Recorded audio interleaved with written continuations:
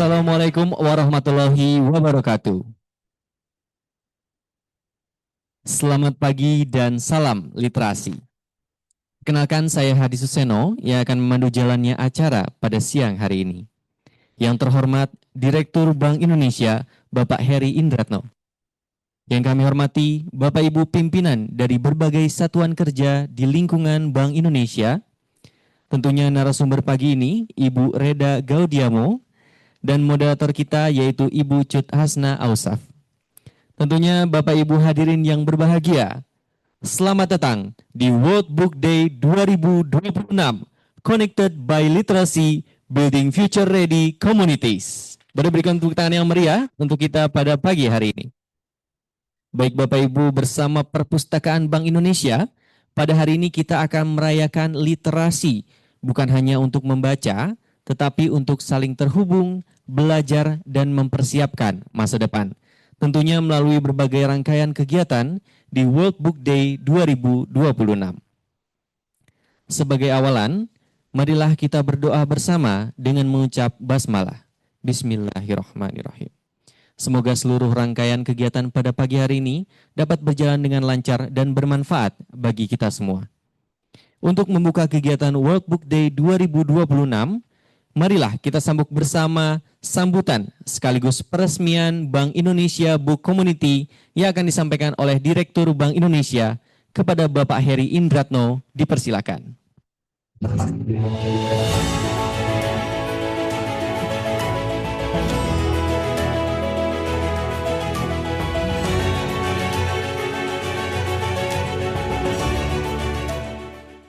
Assalamualaikum warahmatullahi wabarakatuh.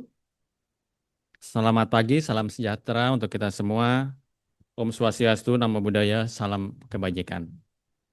Yang kami hormati Ibu Putri Nurul, yang kami hormati para narasumber, moderator, serta seluruh rekan-rekan pegawai Bank Indonesia dari berbagai satuan kerja dan tentunya juga dari berbagai unsur masyarakat yang hadir pada pagi hari ini.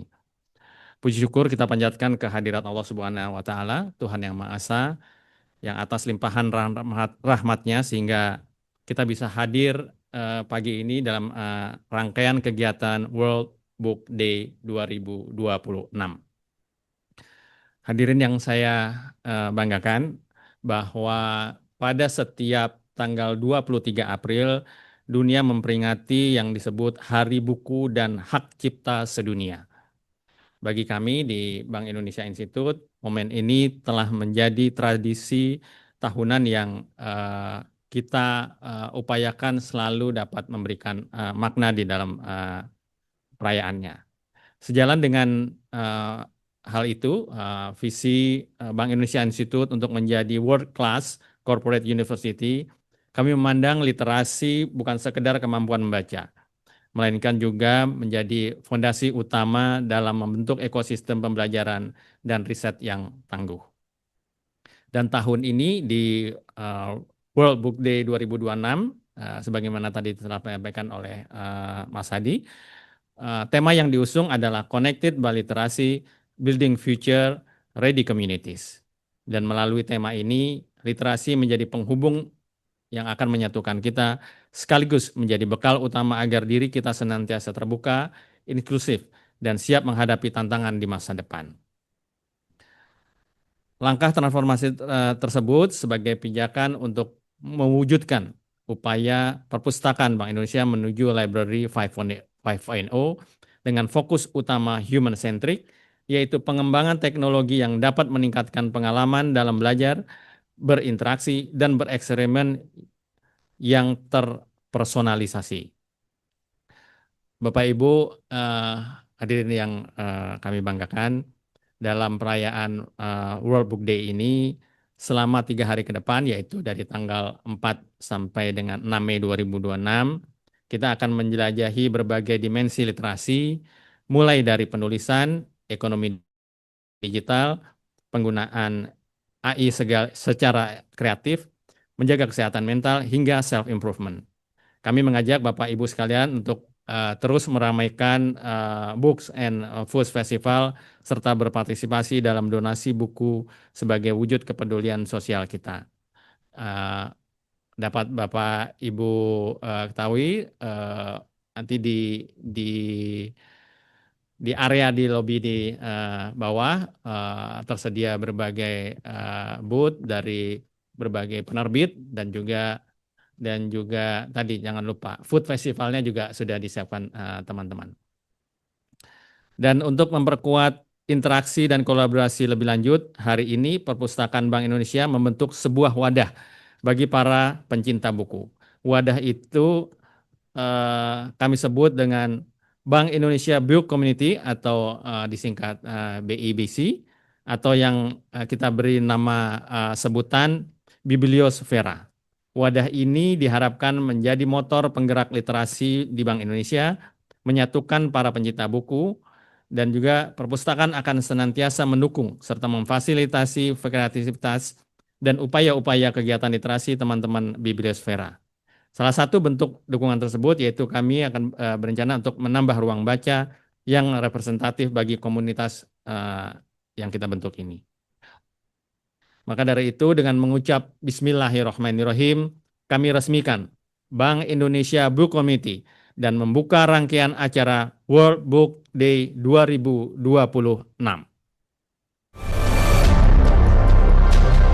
Dengan ini Bank Indonesia Book Community atau Bibliosfera telah resmi dibuka. Kita sekali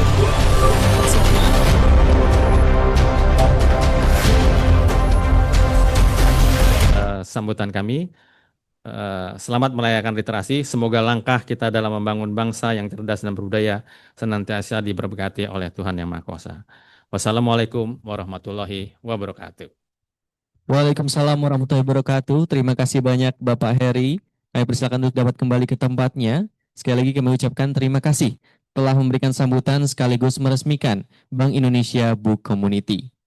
Bapak Ibu, Bank Indonesia Book Community atau yang dinamakan Bibliosfera merupakan wadah pembelajaran bagi pegawai Bank Indonesia untuk mendorong budaya membaca, diskusi kritis, dan pertukaran gagasan.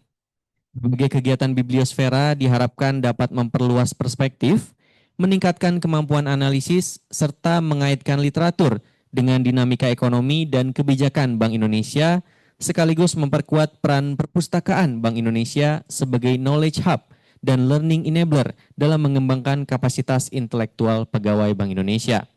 Selanjutnya kami mengajak Bapak Ibu pegawai Bank Indonesia untuk dapat bergabung dengan Bibliosfera untuk bersama-sama mendorong budaya literasi bagi kita semua dengan cara men-scan QR Code yang telah tersedia di depan. Kami akan berikan waktu Bapak Ibu untuk dapat mengisi form tersebut. Kemudian nanti ketika sudah mensubmit, di akhir akan ada link WhatsApp grup daripada Bibliosfera.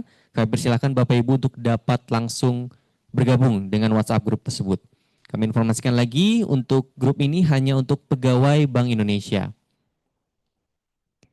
Saat ini Bibliosfera sudah terdapat 86 anggota Bapak Ibu yang sedang mendaftar, silahkan dipercepat karena 10 pendaftar pertama akan diberikan apresiasi di akhir acara. Boleh mungkin ketikannya dipercepat, sekali lagi mungkin mengisi namanya, NIP-nya, nanti langsung bergabung dengan grup WhatsApp ya Bapak Ibu. Karena nanti yang akan dihitung adalah yang bergabung dengan grup WhatsApp Bibliosfera. Baik, akan kami berikan waktu dulu Bapak Ibu untuk dapat mengisi link grup tersebut.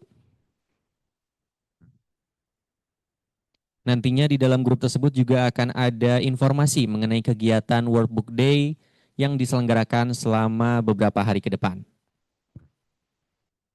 Baik, selanjutnya kami mengundang Bapak Ibu hadirin untuk sesi foto bersama. Bapak Ibu silakan untuk tetap duduk saja di tempatnya masing-masing. Selanjutnya kami mengundang fotografer untuk dapat maju ke depan dan memandu jalannya sesi foto bersama. Baik, Bapak Ibu izin akan ada 2 pose. Yang pertama boleh formal terlebih dahulu. Berikan senyum terbaiknya ke kamera. 3, 2, 1. Baik, yang kedua spesial. Pose salam literasi. Tangan kanannya boleh membentuk huruf L. Baik. Nanti ketika disebutkan sambil bilang literasi ya. 1, 2, 3. Literasi. Luar biasa, boleh berikan tepuk tangan yang meriah untuk kita semua. Baik Bapak Ibu, selanjutnya akan ada sedikit video perpustakaan dapat Bapak Ibu lihat di layar kaca di depan. Nikmati akses ke berbagai jurnal ilmiah, berita online, dan database penelitian melalui satu portal terintegrasi Internet of Libraries. Mau tahu gimana cara aksesnya? Simak penjelasan lengkapnya di video ini ya. Ketik URL berikut ini, iol.perpustakaan-bi.org. Sebelum dapat mengakses berbagai jurnal dan database online, kamu perlu melakukan pengaturan kata sandi dengan fitur Forgot Password terlebih dahulu. Masukkan email BI milikmu yang sudah terdaftar pada laman ini. Selanjutnya, kamu klik Reset Password sampai muncul notifikasi berwarna hijau seperti ini. Setelah itu, kamu bakal mendapatkan generated password dari email perpustakaan BI. Cek segera email BI-mu. Kalau belum muncul di folder inbox, coba deh cek di folder spam juga ya. Kalau sudah dapat generated password-nya, kamu tinggal klik Change Password. Masukkan email BI yang terdaftar di kolom email dan generated password di kolom Old Password or Generated Password. Selanjutnya, buat password baru yang gampang diingat di kolom New Password dan konfirmasi. Terakhir, klik tombol Reset Password. Jika berhasil, kamu bakal lihat notifikasi password berhasil diubah. Selanjutnya, masuk kembali ke laman IOL dengan klik opsi yang tersedia. Kini kamu sudah bisa melakukan login menggunakan email BI yang terdaftar dengan password barumu.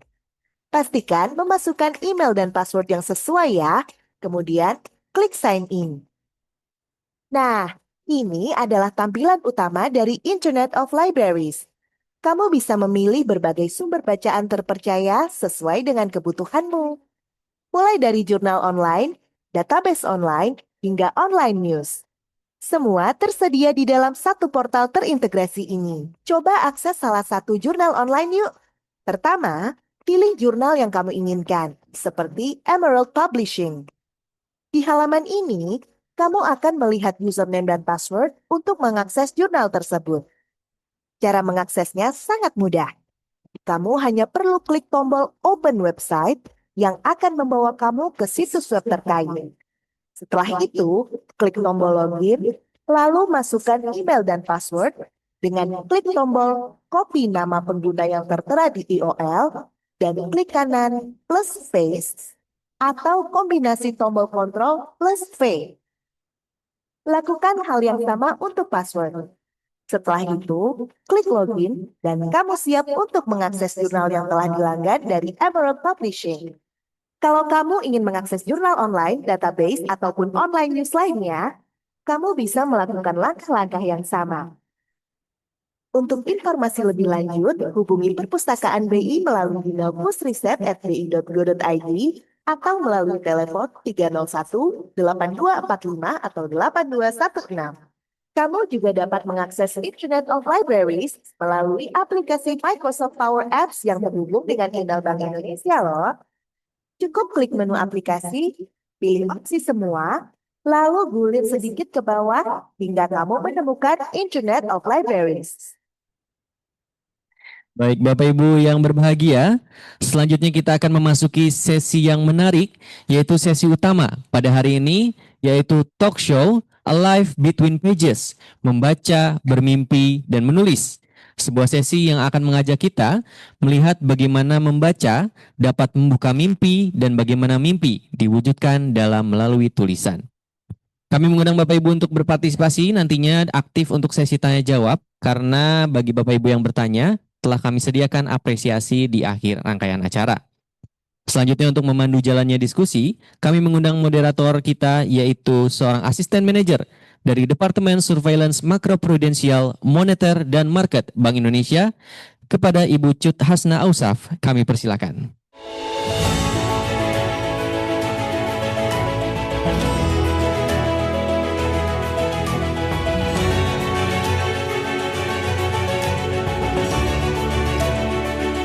Assalamualaikum warahmatullahi wabarakatuh. Selamat pagi Bapak Ibu semuanya. Keadaan sehat pada pagi hari ini? Sehat. Sebelumnya izinkan saya memperkenalkan diri. Saya Cut Hasna Ausaf dari Departemen Surveillance Makroprudensial, Moneter, dan Market Bank Indonesia yang akan memandu sesi moderator pada pagi hari ini. Sebelumnya saya ucapkan sekali lagi terima kasih dan selamat pagi dan juga selamat datang di rangkaian acara World Book Day 2026 yang diselenggarakan oleh Perpustakaan Bank Indonesia. Nah, Bapak dan Ibu sekalian, sebagaimana yang kita ketahui, Hari Buku Sedunia merupakan momen global yang diperingati setiap tanggal 23 April untuk merayakan peran buku sebagai sumber ilmu pengetahuan dan juga literasi. Tahun ini, World Book Day mengusung tema Connected by Literacy, Building Future Ready Communities, yang tidak hanya mengajak kita untuk melihat literasi sebagai budaya membaca dan kemampuannya juga, tapi juga sebagaimana kita berpikir secara kritis, kemudian berempati dan juga berinovasi ke depannya. Melalui talk show yang bertajuk pagi hari ini, A Life Between Pages, membaca, bermimpi, dan menulis, kita akan bersama-sama mengeksplorasi bagaimana aktivitas membaca ini dapat memicu imajinasi kita, membentuk cara pandang hingga akhirnya melahirkan karya-karya kita melalui tulisan ke depannya. Nah, ini daripada saya berlama-lama di sini ya, kita sudah menghadirkan narasumber yang luar biasa sekali. Pastinya sudah pada tahu dong ya lagu ini. Senangnya berkumpul dengan temanku lagi. Ada yang tahu lagunya? Sikildul. Sekali lagi. Sikildul. Isomuni. Ya, langsung saja. Ini adalah seorang yang sangat-sangat inspiratif. Ibu Reda Gaudiamo adalah seorang penulis, musisi, United Nations Indonesia Champion for Digital Literacy. Telah berkarya di dunia kreatif selama puluhan tahun, mulai dari menulis cerita pendek, menjadi editor di berbagai majalah ternama, hingga aktif sebagai mentor penulisan kreatif di berbagai forum nasional dan internasional. Langsung saja kita panggil Ibu Reda Gaudiamo. Mari tepuk tangan yang meriah, Bapak Ibu sekalian. Nih.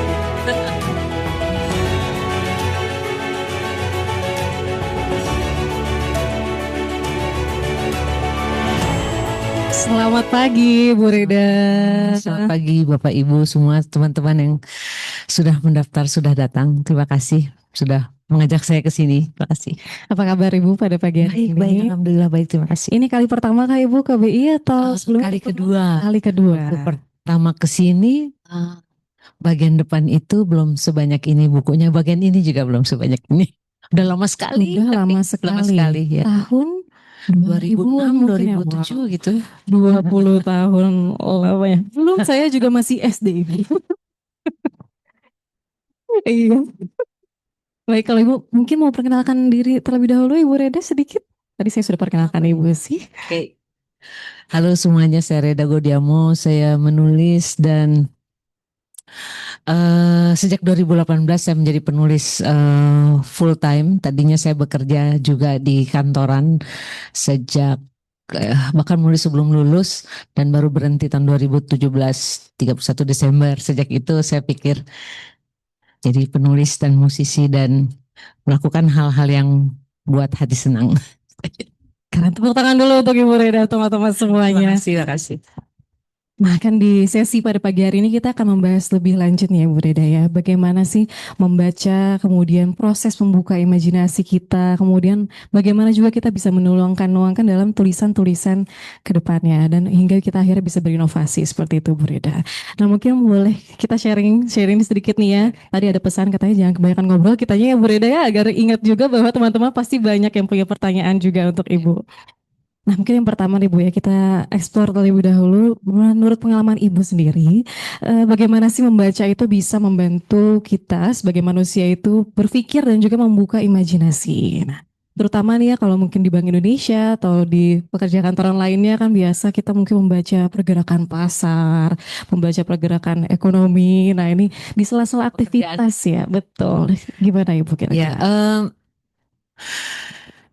yang pasti ketika kita mau menulis, sebenarnya yang paling penting adalah membaca. Jadi dasar segala sesuatunya itu membaca dan tidak harus, bukan tidak harus ya, selain membaca buku yang berhubungan dengan pekerjaan kita, itu sudah harus, mesti, kudu hukumnya ya. Karena kalau kita tidak membaca hal-hal yang terkait dengan pekerjaan kita juga nggak update. Dan saya sangat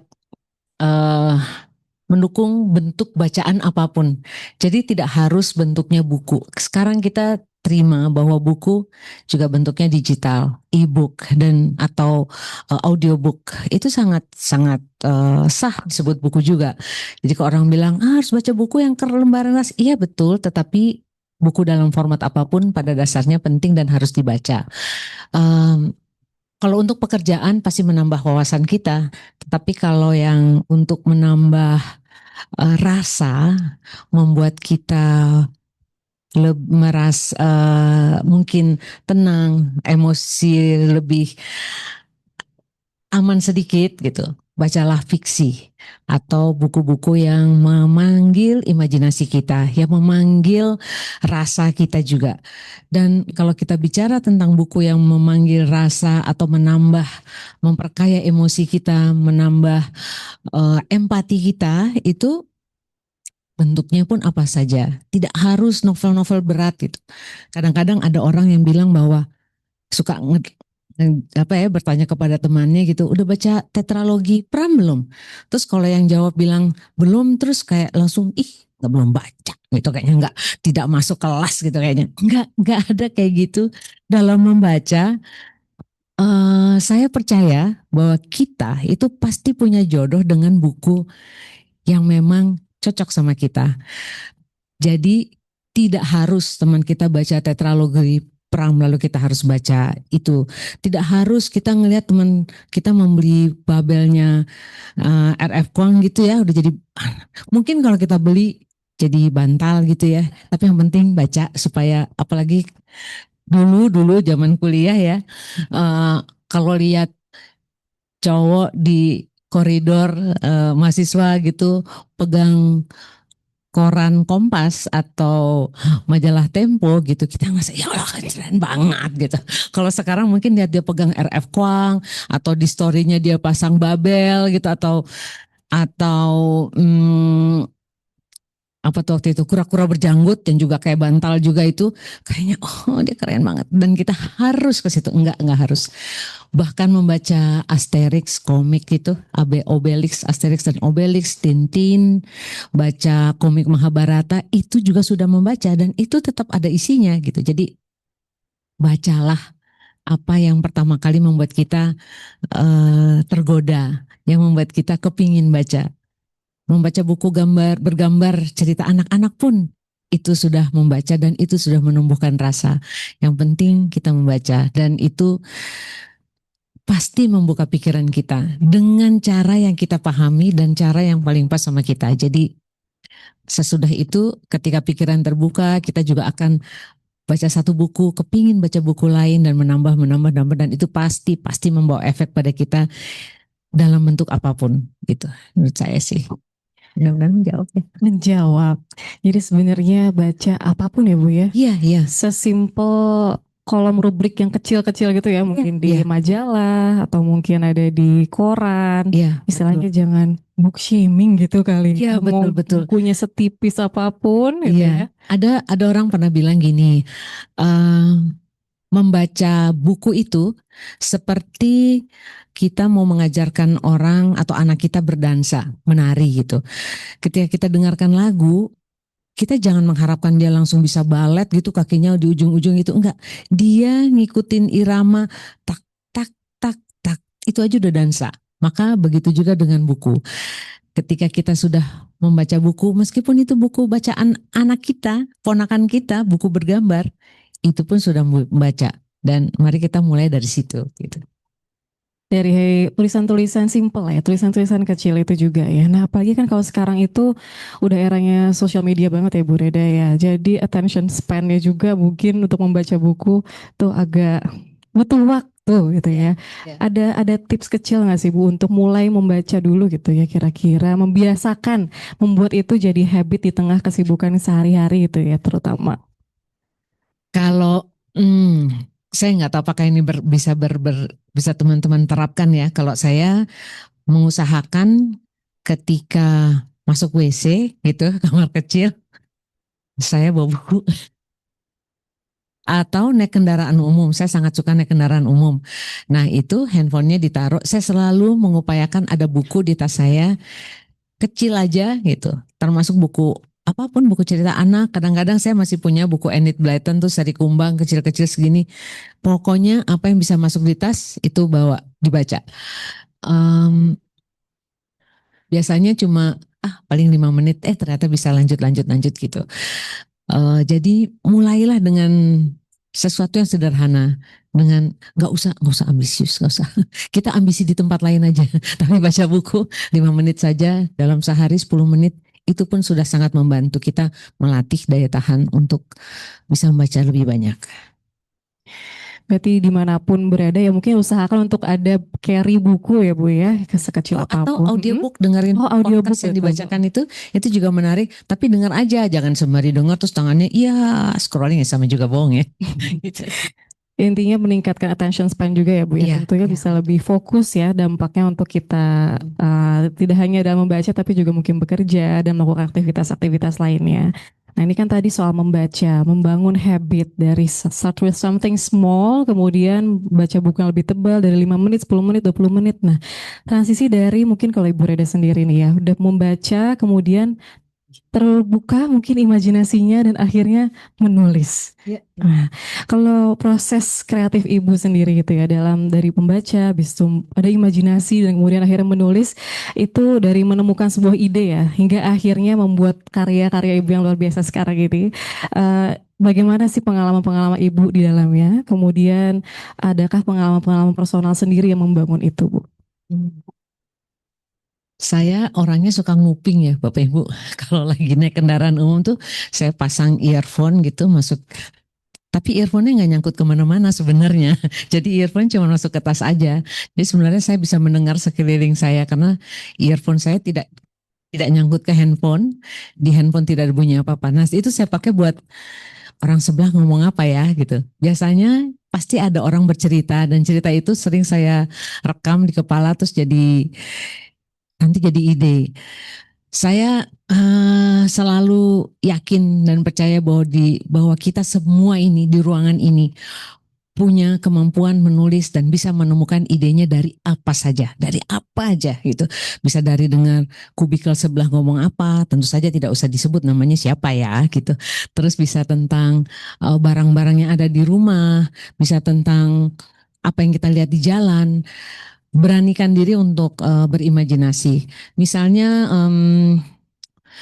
situ kebetulan ada tuh kios pasar sore yang paling kanan. Nah itu adalah kumpulan cerpen ada 31 berisi ide-ide atau hal-hal yang saya lihat di sepanjang jalan. Jadi ada tetangga sebelah, ada pemulung yang saya temui di depan gereja Tresia, ada seorang gelandangan gitu yang diam di pojokan rumah tetangga. Rumah tetangga saya tuh punya pot yang besar-besar dan dia seperti membangun rumah kecilnya dia di situ. Nah itu lalu kemudian saya nggak ada teman yang lihat kucing, ada rumah kucingnya banyak sekali. Nah itu jadi dari situ terbayang aja ceritanya kayak apa ya di balik itu ya gitu. Atau ada buku pertama saya judulnya Bisik-Bisik. Itu betul-betul hasil nguping naik bemo gitu. Orang di depan saya bercerita gitu. Pasang iya Pak bemo berarti di Ben Hill ya. Zaman itu mungkin masih 10 tahun lalu masih ada ya. Jadi duduk kan hadap-hadapan gitu. Wah dia seru banget cerita, saya pura-pura tidur gitu. Padahal sih sebenarnya mendengarkan apa yang dia ceritakan nih tadi mereka bahas gitu dan itu bisa jadi cerita. Atau Kalau kita pagi-pagi ya masuk dapur gitu, bangun tidur gitu, kita lihat panci-panci yang digantung gitu. Kira-kira kalau panci-panci itu hidup, semalam tuh mereka ngebahas apa ya? Sebelum melihat kita datang ke masuk dapur dengan muka sangat kusut, belum sikat gigi, terus mau rambut berdiri gitu. Mungkin mereka tuh lihat tuh. Giliran ketemu kita aja tampaknya gini gitu. Coba nanti kalau ada tamu atau apa habis ini mandi mau ketemu orang dia dandan deh gitu. Hal-hal yang kayak orang mungkin bilang, kebanyakan ngayal gitu ya. Tapi ya kenapa tidak dilepaskan saja hayalan itu. Seperti ketika kita kanak-kanak membayangkan dinosaurus bisa ngobrol, tentara-tentaraan bisa lompat-lompat gitu. Kita bisa melakukan itu meskipun kita sekarang sudah orang dewasa. Memberanikan diri untuk itu. Jadi diawali dari small things ya Bu ya sebenarnya ya. Iya, amati aja terus biarkan gitu. Misalnya kaos kaki nyari kayak saya nyari kaos kaki gitu. Ini kuning, yang sebelah lagi oranye. Kenapa sih? Kemana ini yang satu lah? Pasangan masing-masing ini kemana gitu? Kita bisa dengan kesal begitu atau pikir jangan-jangan nih kaos kaki yang kuning sebenarnya bahagia nih pasangannya nggak ada. Dia emang dari lama kepengen sama si oranye gitu. Sebuah cerita pendek kisah cinta yang karena sama ini sama si kuning males banget gitu kemana-mana berdua-berdua. Tapi si oranye lebih jreng, gue mau di jalan sama dia gitu misalnya gitu. Jadi benar-benar dari hal-hal sekitar kita ya, mungkin sesimpel lagi naik kendaraan umum depan kita orang ngomongin apa, sampai kita ngomongin apa, mungkin lebih ke memerhatikan dan awareness terhadap sekitar ya. Jadi diawali dari kitanya aware dulu terhadap diri kita sendiri, lingkungan sekitar, mendengarkan gitu ya, mendengarkan, melihat semua senses kita lah ya Bu ya kurang lebihnya. Lalu dicatat. Nah itu Bu, gimana kita bisa menuangkan apa yang misalnya kita dengar, kita kan akhirnya mengolah di kepala kita ya. Kemudian mulai mencatat dan menulisnya itu bagaimana ya mengawalinya, mungkin terutama untuk teman-teman atau saya pribadi nih yang belum pernah menulis hal-hal yang sifatnya non jurnal gitu mungkin ya misalnya. Kalau kemarin bertemu dengan seorang penulis juga, dia bilang dia selalu membawa notebook kecil di kantongnya, di tasnya gitu, dan dia ada bolpennya. Itu cara yang baik sekali. Tetapi hari gini ya, kadang-kadang repot ya ngeluarin itu. Kita di tangan selalu ada handphone kan, bisa tulis di notes atau direkam. Kepikiran ini deh gitu, pengen nulis ini deh. Jadi ide-ide itu direkam aja, nanti di rumah didengarkan kembali atau pas saat selesai makan siang atau makan siang tapi belum, sudah selesai makan siang tapi belum mau mulai bekerja atau masih ada waktu sedikit, coba dengarkan itu dan catat gitu. Pakai handphone mungkin ya kalau sekarang nih ya rasanya mungkin kalau bawa teknologi ya. Jadi digital ya, tidak hanya digital library tapi juga digital notes ya mungkin untuk mencatat, kemudian direkam. Ya yang memang erat sama kehidupan kita lah ya Bu ya. Atau misalnya punya imajinasi apa gitu, lagi naik kereta gitu tiba-tiba masuk ada alien naik gitu, misal tiba-tiba kepikiran gitu, apa yang akan dia lakukan ya? Omongin aja, catat aja. Tidak ada, teman-teman ingat ya, tidak ada ide yang terlalu remeh, tidak ada ide yang terlalu gila, tidak ada ide yang terlalu biasa untuk dijadikan cerita. Yang penting kumpulin dan kembangkan gitu. Yang penting dimulai ya Bu ya, dimulai dan diselesaikan akhirnya gitu. Iya diselesaikan. Terserah waktunya kapan. Terserah waktunya kapan, yang penting diselesaikan. Ini kan kalau ngomongin soal menulis juga Bu ya, mungkin menulis tuh bisa menjadi wadah self therapy ya Bu ya. Mungkin di tengah kesibukan pekerjaan, catatan-catatan kecil tadi itu bisa jadi semacam ruang untuk kita bernafas, ruang untuk kita menuangkan hal-hal yang mungkin sifatnya non pekerjaan seperti itu. Nah, kalau Ibu sendiri melihat peran menulis dalam tadi mungkin menjaga kesehatan mental atau misalnya cara untuk memberikan ruang bagi diri sendiri itu seperti apa Bu? Sangat penting ya menulis itu untuk diri sendiri, untuk kesehatan mental, membuat jurnal terutama itu penting. Dan orang sering merasa bahwa jurnal itu kerjaannya anak-anak sekarang deh, milenial, Gen Z. Enggak. Jurnal itu buat semua orang, buat semua usia, segala usia.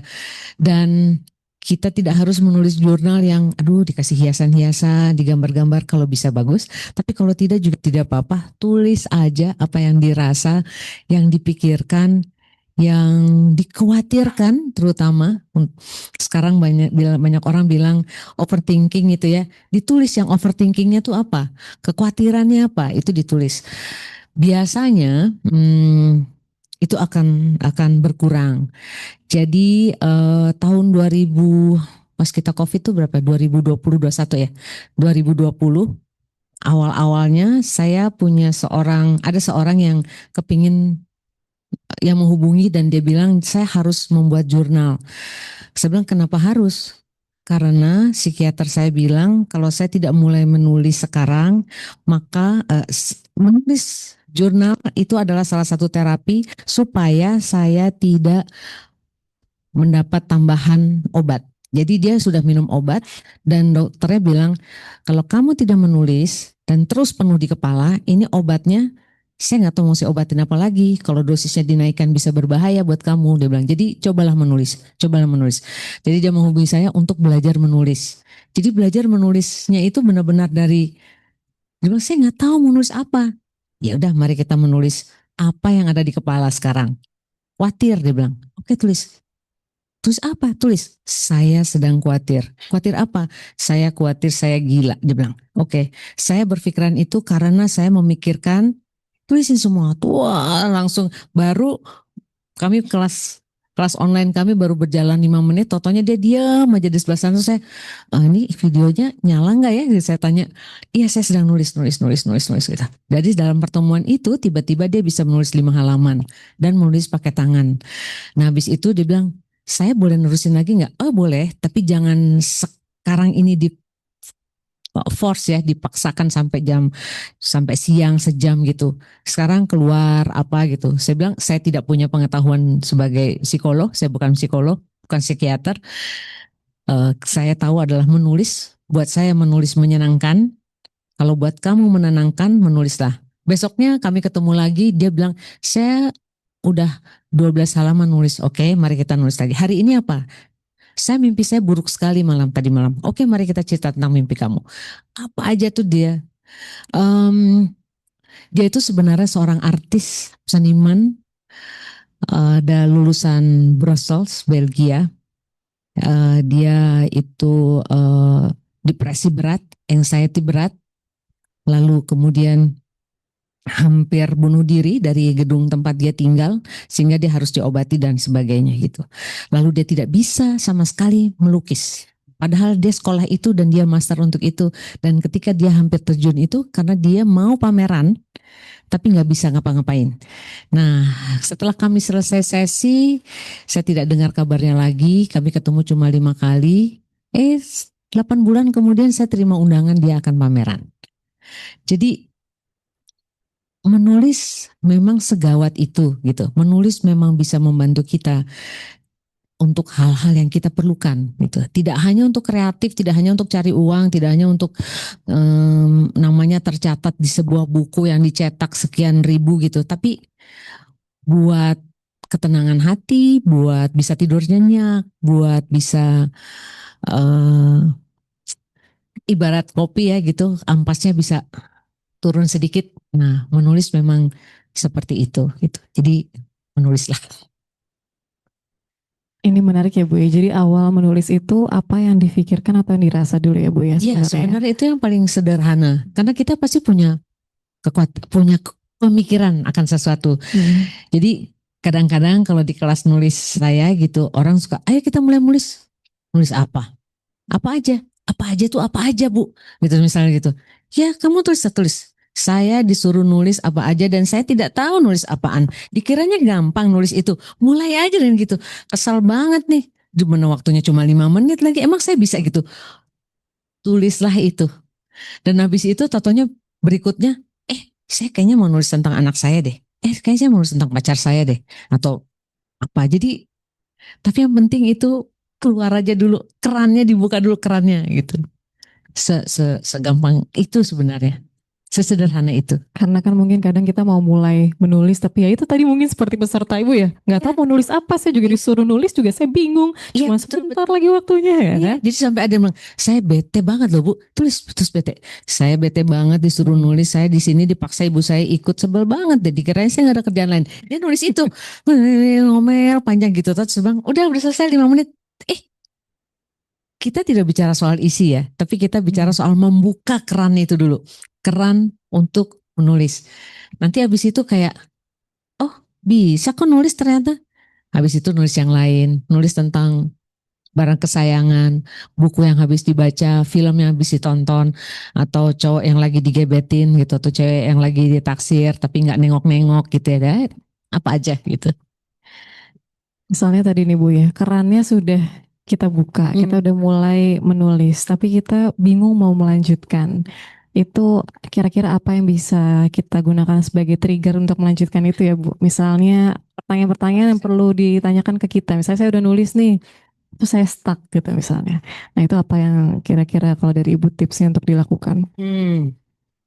Kalau kita baru mulai misalnya mau menulis tentang, saya kepengen nulis tentang proses kreatif nulis, atau bukan gini, saya kepengen nulis tentang masa kecil saya gitu, atau saya kepengen nulis tentang perjalanan karir di BI gitu misalnya, mulainya dari mana gitu. Terus nggak inget lagi baru mulai nulis, terus saya mulai masuk tahun sekian, udah gitu saya ngapain ya, stuck gitu. Berhenti tidak apa-apa, mulailah bab baru dengan yang kita ingat, misalnya ingatnya baru 2-3 hari kemarin, itu ditulis aja, direkam aja dulu. Sehingga habis dari situ, ketika sudah direkam, nanti mundur sedikit-sedikit, mundur dikit-dikit, sehingga kemudian bisa muncul. Itu kalau kita mau nulis tentang memoir kita. Mau nulis tentang cerita fiksi misalnya, mulai dengan apa yang menarik perhatian. Kalau udah menarik terus kemudian dipikir, kira-kira nanti yang mau baca siapa ya gitu. Kalau misalnya mau bacanya teman-teman sendiri, gaya bahasanya dibuat santai gitu. Terus mentok juga, berhenti nggak apa-apa, lakukan hal lain, buat cerita baru misalnya seperti itu, atau ditahan dulu, ngopi dulu, atau yang selalu membantu saya juga adalah membaca buku. Baca buku. Baca bukunya tidak harus yang berhubungan dengan buku yang atau naskah yang sedang kita tulis, yang totally different. Lagi nulis cerita yang serius, pembunuhan atau apa gitu, tapi saya kepingin, tapi mentok nih, ya udah deh baca Harry Potter deh gitu, atau baca komik lah, baca komik-komik Jepang kayak apa kayak gitu, Doraemon kayak gitu. Jadi ini biar dia nggak stuck di situ, dia riset, dengar lagu, jalan kaki gitu. Atau diinapkan semalam, tidur, besok pagi dimulai lagi gitu. Lakukan apa saja sebenarnya. Muaranya pada akhirnya membaca lagi ya Bu ya sebenarnya. Iya, sebetulnya itu. Membaca, dari banyak membaca, saya yakin nanti teman-teman akan kepikiran, kayak gini ya bukunya diterbitin, saya punya cerita yang lebih asik gitu. Pasti akan muncul itu deh, pasti.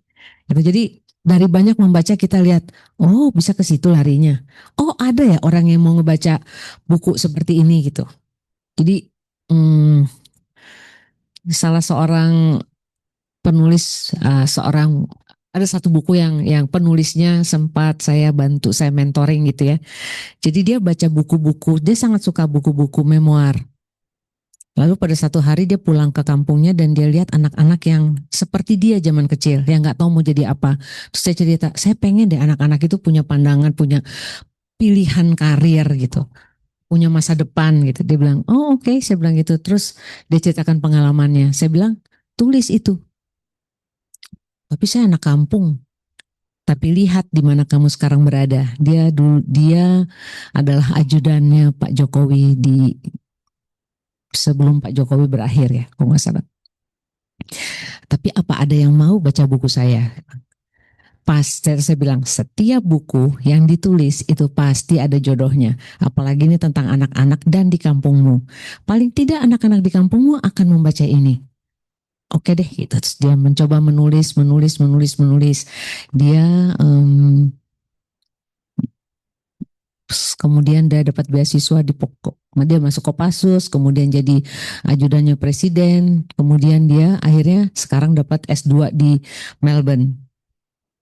Nah, dari ketika dia mulai menulis itu dia membaca lagi, tapi memang awalnya dari dia membaca banyak buku. Dan ketika dia menulis itu, dia ingat masa-masa yang lalu, mentok pasti. Lalu waktu mentok itu saya bilang, kita nulis yang kamu ingat seminggu, 2 minggu lalu aja, apa yang kamu alami. Ya, itu ditulis, dari situ balik lagi. Dan bukunya sudah terbit, sudah masuk cetakan ketiga, kalau nggak salah. Jatuh untuk Bangkit, kalau nggak salah nama penulisnya Matsoni Missouri.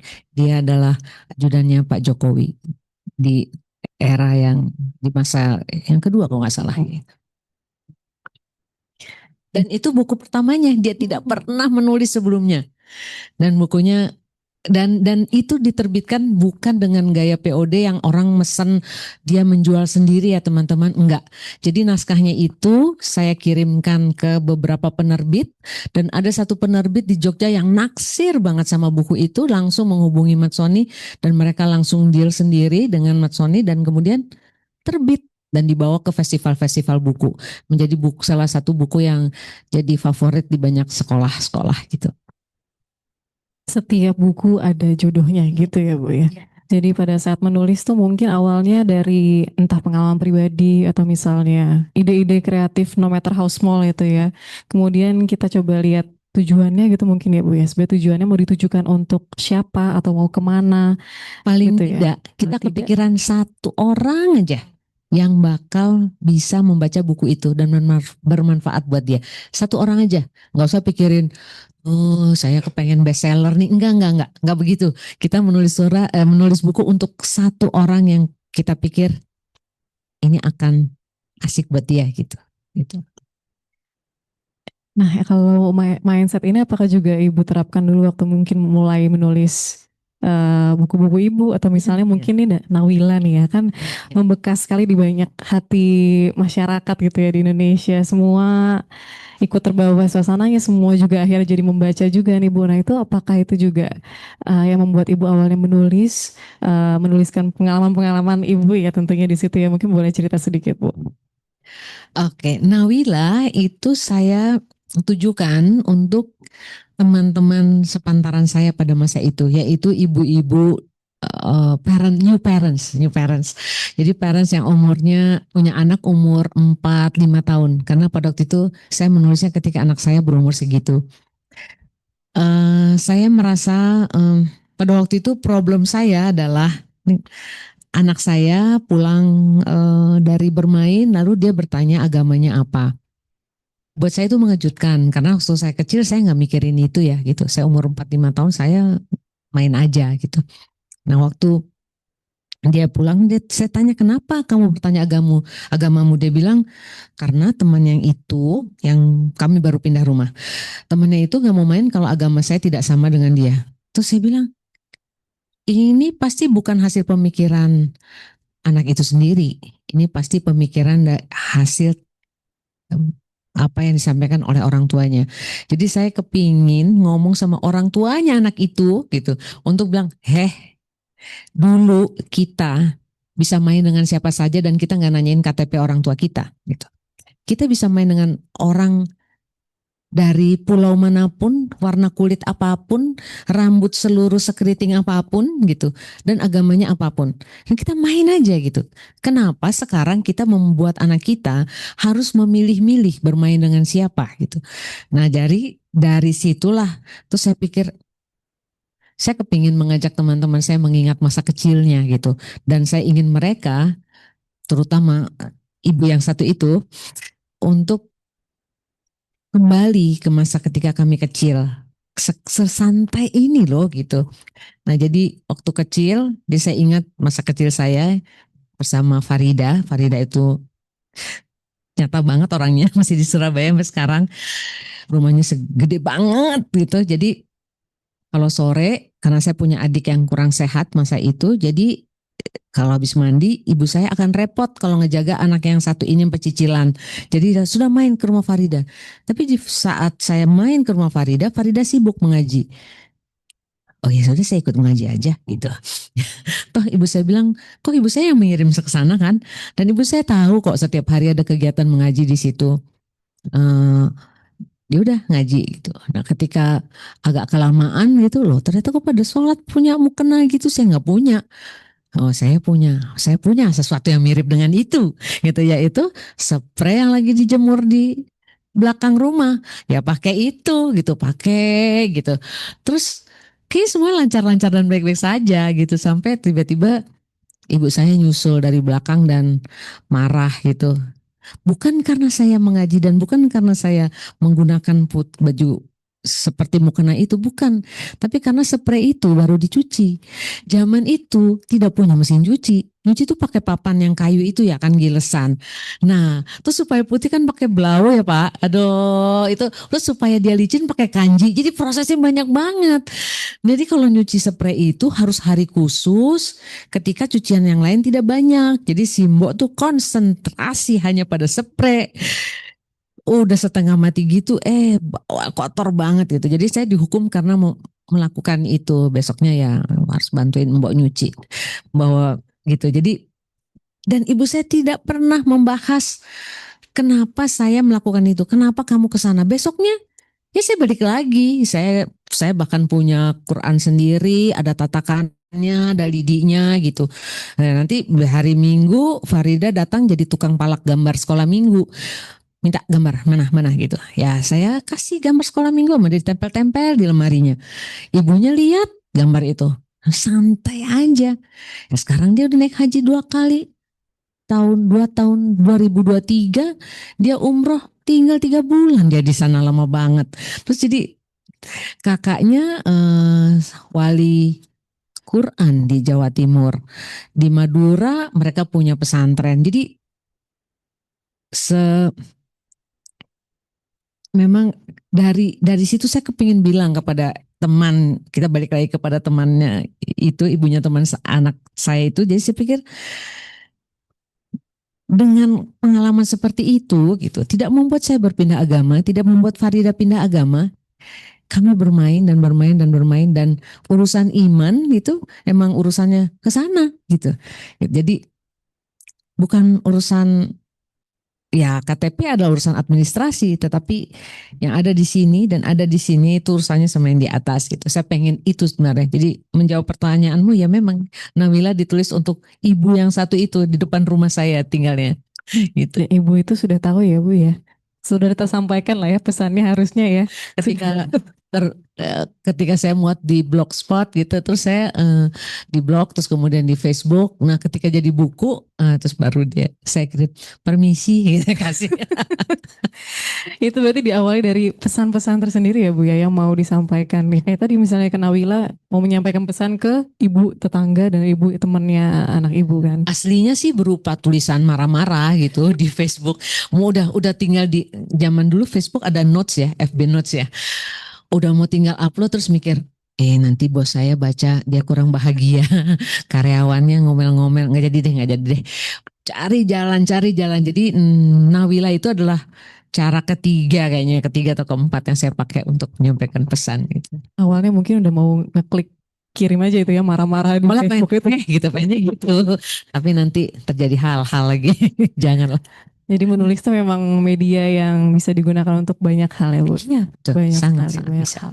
Ini salah satunya pesan-pesan yang tadi pengen Ibu sampaikan juga dan akhirnya tersampaikan ya Bu ya. Ya, Udah sampai ditonton banyak orang juga. Nah mungkin di sini nih Bu ya, saya sih sebenarnya pengen lagi ya ngajak ngobrol ya. Tapi mungkin kita boleh, Oh boleh. kita boleh sharing dari kakak-kakak, teman-teman kalau yang mau mau bertanya. Tidak hanya dapat souvenir, pastinya dapat ilmu. Nah kan udah 2000, Bu ada yang mau nanya. Tuh kan udah saya bilang kalau Ibu yang ngomong pasti banyak yang mau nanya. Kalau saya ngomong nanti nggak ada yang nanya. Harus saya ada pasti banyak. Oh karena setiap buku, setiap omongan ada jodohnya ya Bu ya. Iya. Yuk dicari jodohnya ya. Oh ini Bu sudah banyak banget yang ngangkat. Mungkin kita pecah jadi tadi 3-3 ya Bu ya. 3 dijawab, aman ya Bu Reda ya. Boleh ya? Oke, Ibu di sana udah angkat tangan dari tadi, mungkin boleh dibantu kakak-kakak panitia untuk mic-nya. Ibu yang sisi sebelah kiri, 1, 2, dan 3 yang di tengah mas-mas kacamata. Silakan Ibu. Siang Bu Reda. Tadi saya dengar ibu-ibu kan penggemar Enid Blyton ya. Mm-mm. Saya dulu penggemar Alfred Hitchcock, Trio Detektif dan Oh, Sidney Trio Sheldon. Ya mungkin generasi di sini enggak. Jadi saya baca Alfred Hitchcock sampai dia meninggal, kemudian ganti penulis saya udah nggak baca. Iya, beda ya rasanya. Saya baca sampai mengganti penulis. Nah, yang saya jadi pertanyaan gini ya. Saya nggak tahu apakah jadi yang penulis baru ini Tilly ini dia melanjutkan seri Sidney Blayton. Tapi entah kenapa saya kan baca versi terjemahan Indonesia. Kenapa saya merasa setelah meninggal penulis asli, penulisnya ini kok apa ya? Kok gaya bahasanya enggak banget gitu. Jadi kalau kita udah nurutin sampai beberapa seri, kita kan tahu ya gaya plot twistnya. Nah ini apakah karena penterjemah, jadi begitu ganti penulis kan penerjemahnya ganti Bu. Ini apakah penterjemahnya yang ganti sehingga dia menerjemahkannya itu tidak sesuai dengan apa sih apa pembawaan twistnya, atau ini karena saya tahu bahwa penulisnya ganti jadi ini sebetulnya cuma sugesti saya itu aja sih Bu. Kok terus belakang saya udah nggak baca Sidney ya, saya bacanya Dan Brown karena kebetulan saya sukanya thriller. Itu sih Bu. Jadi pertanyaannya apa karena penulisnya ganti sehingga memang terjemahan jadi berubah atau itu cuma sugesti aja sih? Makasih. Oke. Mau dijawab langsung ya? Boleh. Ya. Oke Bu, saya jawab langsung ya karena penulisnya udah meninggal. Dan biar bagaimanapun setiap orang unik kan ya. Setiap orang unik, dia pasti punya rasa. Si penulisnya pasti tidak punya pengalaman yang dimiliki oleh trio detektif Alfred Hitchcock, tidak punya pengalaman Sidney Sheldon. Aduh, apalagi Sidney Sheldon. Cara nulisnya kan sangat khas ya. Memang nggak bisa. Kayak saya sangat suka dengan dengan bukunya Mario Puzo, sangat suka. Jadi saya cari semuanya gitu. Jadi kayak tapi ketika dia meninggal dan kemudian diganti oleh penulis lain, saya beli tapi terus nggak senang. Jadi kayaknya memang kita harus terima ketika si penulis ini tamat riwayatnya, ya sudah gitu. Tamat juga perjalanan bukunya, nggak usah diterus-terusin gitu sih. Iya. Makasih. Boleh silakan Kak mic-nya ke kakak yang di depan. Berlanyar merah. Selamat siang Bu Reda, saya Sondang dari BINS. Saya masuk BI tahun 2006, jadi 20 tahun yang lalu. Waktu itu ditanya 10 tahun lagi kalian sudah jadi apa? Ada sesi dengan psikolog. Waktu itu saya jawab 10 tahun lagi saya akan terbitkan novel saya yang pertama. Oke. Dan sekarang udah berapa 20 tahun Bu, boro-boro. Waktu itu saya sudah tulis sampai 2 chapter. Saya sempat share di blog saya, yang terus karena lupa bayar domainnya terus blognya hilang. Ya, terus ceritanya hilang juga? Hilang juga. Nggak ada Microsoft Word ya? Saya sudah ganti-ganti komputer berapa kali dan waktu zaman itu kan sempat pakai disket ya Bu ya, zaman saya masih, iya saya setua itu Bu. Sama, saya lebih lagi. Saya masih pakai disketnya masih gede lagi. Dan itu cita-cita waktu itu historical fiction tentang wanita di Aceh. Saya sangat tergerak untuk menulis tentang itu dan gaya menulis saya memang sangat terpengaruh sama penulis-penulis zaman dulu, semacam A.A. Nafi, kayak gitu-gitu Bu. Jadi ada kayak tidak to the point banget gitu dan ternyata saya masih punya blogspot saya. Ternyata nggak hilang ya Bu ya. Dan itu tulisan dari lebih dari 20 tahun yang lalu. Saya baca-baca, oh saya jadi kangen. Dan yang saya mau tanya, gimana sih Bu supaya bisa konsisten nulis? Karena itu kan cita-cita dari 20 tahun yang lalu tuh nggak kecapean karena ya nggak ditulis sih. Karena nggak dilanjutkan, lupa domainnya juga karena nggak dilanjutkan kan menulisnya.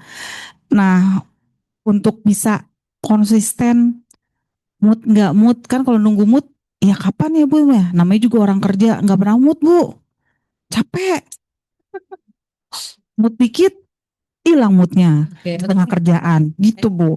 Gimana ya Bu ya caranya? Mungkin ada tips dan trik dari Ibu gitu untuk kita pegawai-pegawai yang ingin nulis ini. Oke, Gitu. oke. Kasih ya Bu. Sondang sebelum duduk, sebelum mic-nya beralih, pengen nanya dulu. Masih senang nggak sama buku yang sama 2 chapter yang ditulis itu? Masih senang nggak kamunya? Seneng banget karena banyak yang muji Bu. Nah, oke. Nggak, karena banyak yang muji. Tapi di kamunya sendiri kamu memuji itu nggak? Saya suka semua tulisan saya. Oke. Saya suka baca ulang semua Oke, tulisan saya. Oke. Jadi kalau untuk yang 2 chapter itu untuk si science fiction itu yang mungkin akan jadi science fiction atau Historical historical fiction, sorry. Itu dibaca lagi. Terus kemudian tolong dipikirkan seberapa penting itu buat kamu. Seberapa penting. Kalau penting pasti akan muncul niatnya. Dan gini, mungkin ini mungkin terdengar agak maksa gitu ya. Tapi betul-betul set waktu, kamu kepingin dia terbit kapan? Terbitnya kapan nih gitu. Misalnya orang yang duduk di sebelah kamu tuh Sondang, tuh namanya Friska Saputra. Dia menulis juga, bukunya berjudul Gongka. Nah, pertama kali dia adalah murid menulis saya yang pertama. Dan dia menulis cerita-cerita tentang pasar, terus kemudian tentang masa kecil gitu. Terus saya bilang, ini bagus, terusin gitu. Lama, diterusinnya lama sekali, berapa tahun? 4 tahun. 4 tahun. Tapi emang gitu, jadi nggak maju-maju gitu nulisnya. Tapi terus kemudian dia punya teknik untuk menulis, yaitu ketika naik kereta menuju pulang ke rumah, nulis di handphone. Sondang pasti punya waktu seperti itu ketika kamu tidak berada dalam lingkungan kerja atau bahkan di lingkungan kerja pun di kamar, di kubikel sendiri, di antara lagi bosan gitu ngapain gitu ya, tulis sesuatu. Apa yang kepikiran? 3 menit, 5 menit gitu. Pasti bisa. Pasti ada waktu untuk itu. Nungguin temen di kafe gitu ya. Nulis sedikit. Kurangi waktu bermedia sosial mungkin. Sedikit aja. Tapi yang paling penting adalah kepingin terbit nggak gitu. Nggak tahu deh, lo pengen terbit nggak buku lo waktu itu? Enggak ya? Oh pengen, nah kepinginannya itulah yang kemudian jadi mendorong, jadi pengen loh bukunya dibaca orang. Ceritaku nih, aku pengen ngebagikan ceritaku gitu. Rasa itu yang harus dipelihara. Makanya tadi saya nanya, kamu sendiri cinta nggak? Cintanya segede apa? Mungkin cinta sama semua karyanya iya, tapi sama yang satu ini nih gitu. Kamu seberapa ngebetnya sih gitu? Seberapa kepengennya sih orang tahu gitu? Nah itu yang jadi api yang harus kamu jaga dan membuat kamu menulis. Dan kamu akan punya waktu pasti. Just 10 minutes a day gitu. Dan pakai. Diomongin juga nggak apa-apa. Ngomongnya ngaco-ngaco juga nggak apa-apa. Kan nanti didengerin lagi. Nanti bisa, oh paling nggak poin-poinnya ada gitu. Jadi nggak hilang gitu. Mudah-mudahan jawab ya. Kira-kira 2 tahun dari sekarang terbit gitu? Asik. Bisa. 3 tahun. Soalnya kan historical ya. Jadi pasti ada riset yang diperlukan ya. Pasti kamu butuh waktu lebih panjang. 3 tahun lah. Nanti kalau udah kabar-kabari ya. Siapa tahu kita bisa cari penerbit bareng. Asik. Kasih Bu. Karena apalagi banyak yang muji ya Bu ya tadi ya. Iya. Apalagi banyak yang muji. Nawila tuh juga terbitnya gara-gara itu loh. Saya sendiri tidak pernah bermimpi dia menjadi buku. Terbit buku aja enggak. Karena orang banyak yang terbitin. Terus saya bilang, kalau mesti terbitin kamulah tolong urusin. Saya nggak ngurusin juga. Terus teman-teman yang nyariin ilustratornya, nyariin apa gitu. Jadi gitulah. Ya siapa lagi yang mau satu lagi? Mangga tadi itu Mas yang pakai kacamata di tengah tadi udah angkat tangan juga. Silakan Mas. Selamat siang, Bu. Ya. Perkenalkan saya Angga dari Ya. Departemen Manajemen Risiko. Berbekal sedikit penelitian yang saya lakukan terhadap Ibu, harus saya katakan bienvenue à la bibliothèque de la Santa Indonesia. Merci, Selamat datang. merci Merci. infiniment.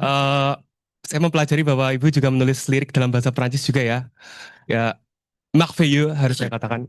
Ibu, jadi yang ingin saya katakan tuh bukan pertanyaan ya, melainkan unek-unek manifestation. Jadi selama 24 tahun saya hidup sebagai mahasiswa, siswa, dan sekarang sebagai pegawai Bank Indonesia, yang saya rasakan itu adalah memang betul kata Ibu, menulis itu menyenangkan, tapi agaknya menulis dalam bahasa Indonesia itu tidak selalu menyenangkan, Bu. Dalam artian harus kita sadari juga bahwa faktanya KBBI kita itu barangkali nggak sekaya Websternya bahasa Inggris atau kosakata bahasa Perancis gitu, Bu. Jadi yang saya amati ketika saya menulis skripsi maupun menulis memo, kita tuh sering menggunakan istilah asing gitu, Bu. Jangankan memo, Bu. Ketika kita buka website Bank Indonesia, 3 piece informasi yang pertama kali muncul tuh dalam bahasa Inggris. BI rate, deposit facility, sama lending facility gitu, Bu. Padahal kan ada undang-undang bahasa Indonesia yang mencaratkan bahwa bahasa Indonesia itu resmi digunakan dalam kanal komunikasi resmi. Termasuk produk atau luaran yang menjadi tugas institusi gitu, Bu. Jadi unek-unek saya adalah bagaimana kita tetap bisa menulis bahasa Indonesia dengan gemparan bahasa asing demikian gitu. Kalau di bahasa Prancis kan ada l'Académie Française. Dia mengatur meregularisasi penggunaan bahasa Prancis. Bahkan sekarang aja orang Prancis udah nggak mau bilang weekend gitu. Kalau kita bilang weekend, kita yang ada disemprot sama orang Prancis. Mereka bilangnya la fin du semaine. Di kita bilang akhir pekan nanti dikira, lu kok Indonesia banget sih? Gitu. Itu Bu, untuk anak saya. Terima kasih. Oke, makasih banyak Mas Angga. Gini, bahasa Indonesia, ya menurut saya setiap bahasa itu punya keunikannya sendiri, punya kekayaannya sendiri, dan suka tidak suka ya, memang harus kita terima gitu bahwa bahasa kita, bahasa Indonesia terutama untuk menyatakan perasaan kita sangat miskin. Kita cuma punya cinta, suka, kasih, demen, apa gitu. Dan semuanya tuh nggak kayaknya kalau nggak ke bahasa Inggris tuh kayak nggak sehalus bahasa Inggris, nggak sengawang bahasa Perancis, bunyinya aja gitu-gitu aja gitu. Kalau orang bahasa Perancis dia baca buku, baca undang-undang dasarnya dia aja, kita ngerasa kayak dia sedang merayu kita gitu ya. Saking kayaknya. Ternyata dia baca itu aturan pakai minyak angin gitu ya kan, nggak tahu. Nah, jadi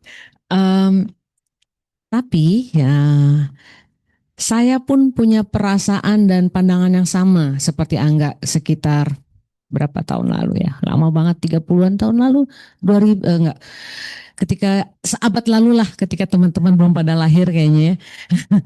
Ketika saya kuliah di sastra Prancis dan mau selesai gitu, saya merasa kayak aduh bahasa Indonesia nih maunya apa ya gitu. Tapi terus kemudian saya kejebak di sebuah kegiatan yang bernama musikalisasi puisi.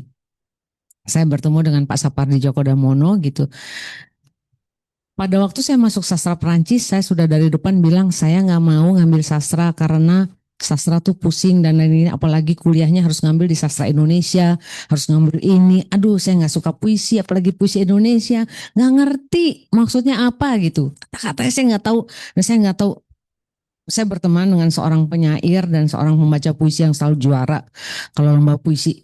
Saya nanya, kamu tahu dari mana di kalimat ini tanganmu harus ke atas dan di kalimat ini kakimu mesti nendang-nendang? Tahu dari mana gitu?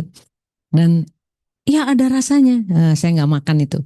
Tapi ketika bertemu dengan Pak Sapardi, waduh, saya mulai bertemu dengan puisi-puisi yang menggunakan kata-kata yang sangat biasa, tapi ternyata bisa sangat puitis. Saya belajar dari situ.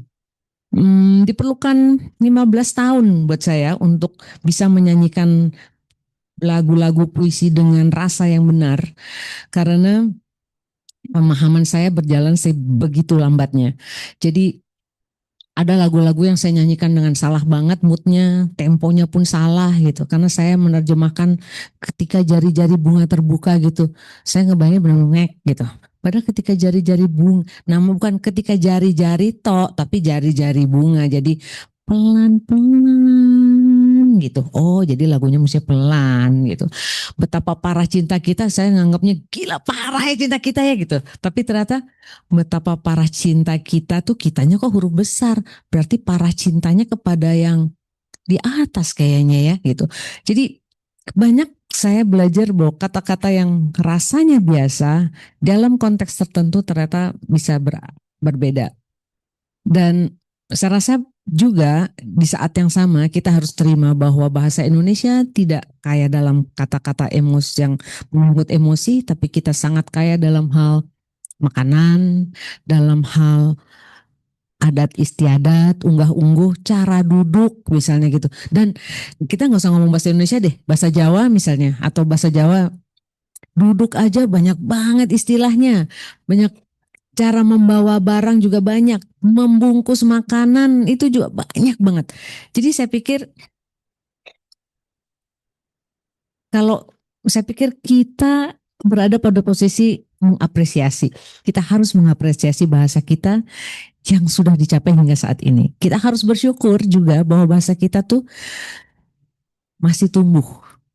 Jadi kalau sekarang dikaitkan dengan pekerjaan bahwa aduh ini ada 3 istilah penting di BI aja masih pakai bahasa Inggris padahal harusnya pakai bahasa Indonesia, berarti ini adalah PR BI untuk menemukan istilah itu, bekerja sama dengan Badan Bahasa, dengan Ivan Lanin, mungkin lebih cocok dipanggil Ivan Laninnya nanti ke sini. Dia sangat solutif orangnya dalam menemukan istilah.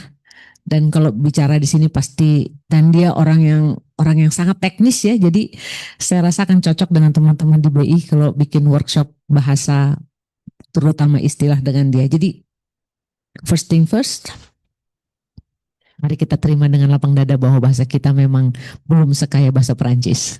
Dan tidak apa-apa, tapi orang Perancis tidak punya istilah banyak tentang nasi, tentang beras, tentang kedelai, tentang nah itu dia Pak, tanah apa semua tidak punya, tentang padi nggak punya.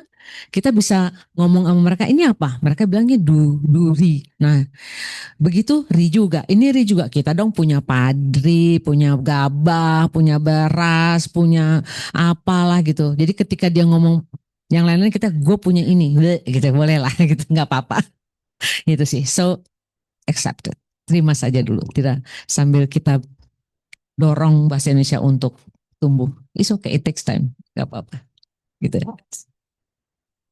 Mudah-mudahan jawab. Menjawab ya Mas ya. Selain ini kita juga les bahasa Prancis tadi. Saya cuma bisa je m'appelle aja sih Bu kebetulan. Merci pertanyaannya Mas. Mangga, kira masih ada pertanyaan lagi. Tadi kita baru 3 penanya. Boleh Ibu Ini semua kerudung ini ya, sisi ini ya. Ini sama yang di Ya. belakang. Boleh yang dari tengah dulu tadi, angkat tangan duluan. Yang kerudung biru muda ya, betul. Ya. Selamat siang Bu Reda. Siang. Saya Azel Ibu, saya izin bertanya. Jadi sekarang kan minat baca di Indonesia lumayan meninggi ya Ibu ya, dengan banyak sekali ditemukan reviewer buku di media sosial terutama seperti TikTok misalkan. Dan seringkali anak-anak akhirnya menjadi tertarik membaca buku yang sebenarnya secara label usia ditujukan untuk dewasa. Nah, sebagai penulis yang kebetulan sangat memahami dunia anak sekaligus dewasa, menurut Ibu apakah kita perlu memberikan batasan yang kaku antara bacaan anak-anak dan juga bacaan orang dewasa, dan apakah atau sebenarnya kita bisa membiarkan anak-anak tersebut selagi mereka nyaman, karena takutnya ketika dibatasi minat baca mereka jadi menurun ya kayak gitu. Terima kasih. Terima kasih. Kalau saya sih sekarang ini penerbit buku harus mencantumkan usia untuk berapanya gitu. Di bagian belakang, entah dewasa, kalau dewasa banget itu emang pasti ditulis gitu. Tapi selebihnya ada 13 tahun ke atas, umum atau apa gitu. Itu memang sudah jadi peraturan di penerbitan buku. Tapi saya merasa ketika anak-anak sudah sangat advance, sangat biasa membaca buku, mereka tidak lagi suka dengan baca buku bergambar saja, mereka sudah mulai dengan chapter books, dengan buku misalnya ya, mereka kepingin baca kura-kura berjanggut gitu, tebal gitu ya. Kalau dia sanggup nggak apa-apa gitu. Nah tapi disitulah perannya orang tua. bacalah bersama dengan anak-anak. Jadi sebelum anak-anaknya baca, orang tuanya harusnya baca dulu. Jadi dia tahu udah sampai di mana nih. Atau nanti bisa jadi bahan diskusi buat anaknya bersama orang tua.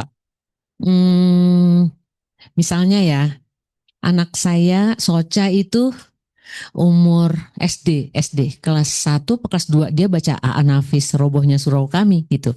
Nah, disitulah dia menemukan hal-hal yang kayak oh neraka apa gitu, terus si bapak siapa itu mas ditanyain sama Tuhan ngerjain apa di bumi gitu, dia baca bisa ketawa-ketawa gitu. Jadi tapi kami berdiskusi tentang itu. Atau saya ingat waktu saya SD kelas 5 ibu saya setiap hari menggunting cerita bersambung Carmilanya Margate. Nah waktu itu ya dia rajin, ibu saya itu modelnya diguntingin sampai tamat, di staples baru kemudian dibaca satu-satu karena dia nggak senang tuh nungguin tiap hari, jadi tunggu tamat. Nah setelah dia selesai baca, ya saya baca dan dia tidak merasa itu satu hal yang berbahaya gitu, karena saya membaca macam-macam gitu kayak bukunya Nyai Dasima, terbitan Pusaka Jaya baca juga. Tapi ada satu bagian ketika Carmila diperkosa oleh seorang itu. Nah, saya bertanya itu tentang itu. Ibu saya menjelaskan. Ini maksudnya apa ya? Gitu. Jadi apa yang terjadi dengan Carmila ya gitu? Kok Tete punya anak apa ya? Nah, pada waktu itu ibu saya menggunakan itu kesempatan untuk memberikan sex education pada anaknya. Jadi anak perempuan begini, anatomi badan gini. Wah, jadi panjang ini urusannya ya. Tapi jadi satu diskusi yang menarik dan menyenangkan gitu. Gitu. Jadi kalau anaknya bisa dan sudah lancar membaca nggak apa-apa, itu jadi tantangan, tapi orang tua nggak boleh lepas tangan, harus menemani. Iya. Oke. Ayah ada 2 lagi ya, udah terlanjur. Ada lanjut lagi tadi di sisi sini. Masih aman ya Pak ya? Baik, terima kasih. Selamat siang Bu Reda, saya dengan Ika dari Departemen Digitalisasi dan Inovasi Data. Saya ibu dari 4 orang anak Ibu, jadi saya melihat langsung di rumah itu bagaimana membaca dan menulis itu berkembang gitu. Jadi 2 dari anak saya itu suka menulis gitu. Yang pertama sudah mengeluarkan buku dan kita sudah memberikan ke perpustakaan seperti itu. Di BI juga udah kita berikan juga ya. Yang anak keempat itu juga mulai suka menulis dan dia sudah banyak kertas-kertasnya, cerita-cerita apapun gitu ya yang dia tulis seperti itu. Nah ini membuat saya makin menyadari gitu ya betapa pentingnya membaca dan menulis membentuk cara berpikir dan juga berekspresi gitu ya untuk anak-anak. Nah, di tengah era digital ini yang serba cepat gitu ya, perspektif Ibu Reda terasa sangat relevan gitu bagi kami, baik sebagai orang tua maupun sebagai pembelajar gitu. Nah, pertanyaan saya di era digital yang ditandai dengan perhatian yang terpecah, scrolling situ ya Bu ya, dominasi scrolling itu sangat kental dengan anak-anak juga gitu, dan konsumsi konten singkat gitu Bu. Jadi bagaimana cara kita memahami teks secara fundamental gitu, apakah itu sudah berubah gitu, cara memahami teks yang terus datang kita gitu, seperti itu. Apakah itu sudah berubah gitu, dan bagaimana seorang pembaca dan penulis atau penulis itu dapat menjaga kedalaman membacanya gitu agar melahirkan pemikiran yang matang. Jadi nantinya anak-anak itu dengan konten-konten yang seperti itu, apakah mereka bisa melahirkan pemikiran yang lebih matang lagi gitu Bu, seperti itu. Nah, apakah justru kedalaman berpikir itu akan mengalami redefinisi gitu. Seperti itu. Jadi ini kegalauan saya sebagai orang tua sebenarnya. Iya. Terima kasih Bu. Terima kasih Bu. Apakah pemahaman kita terhadap konteks, terhadap teks itu berubah? Iya, berubah, pasti berubah. Perkembangan zaman ini sangat-sangat berpengaruh. Teknologi membuat kita jadi, sosial media membuat kita jadi punya kebiasaan baru, punya cara menghadapi teks dengan sudut pandang yang berbeda gitu. Bahwa sekarang teks pendek-pendek jadi orang suka akan video, gambar yang bergerak ketimbang membaca. Bahkan di media sosial pun orang lebih suka membaca, lebih suka melihat video atau reels atau apa gitu ya. Ya memang berubah gitu. Tetapi saya tetap percaya pada teks atau pada konten yang memang dekat dan relate dan mengena pada semua orang secara umum gitu ya. Apakah orang menulis di media sosial, di Instagram berarti apakah ketika orang memuat konten di media sosial berupa kayak Instagram itu harus video saja, harus pendek-pendek saja? Saya rasa tidak, dan saya berkali-kali membuktikan itu. Jadi waktu dalam rangka Nawila kemarin saya menulis tentang Pak, tentang Mak, tentang Bo, tentang Farida itu teksnya panjang banget. Saya pakai 202 karakter maksimal, 202-nya saya pakai udah gitu. Ternyata dari situ yang ngebaca puluhan ribu gitu. Kaget juga sih gitu. Jadi berkali-kali saya mencoba dan ternyata sepanjang teks itu relate ke orang, dia pasti akan nyambung gitu. Kedalaman pemahaman akan kedalaman teks berubah dan ini mempengaruhi anak kita, iya. Itu tidak bisa dipungkiri gitu. Tapi apakah itu bisa ditahan, bisa dicegah? Saya percaya bisa. Kuncinya ada di mana? Ada di kita, orang tua. Sepanjang dia melihat kita tidak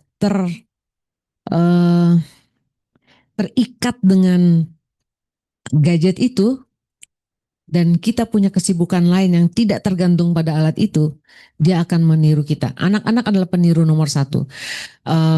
Kalau kita sibuk membaca dan seperti tidak peduli pada sekitar kita, bahkan ketika dia rewel, itu akan membuat dia merasa bahwa, oh, ibu saya begitu ya, saya juga mau juga deh gitu.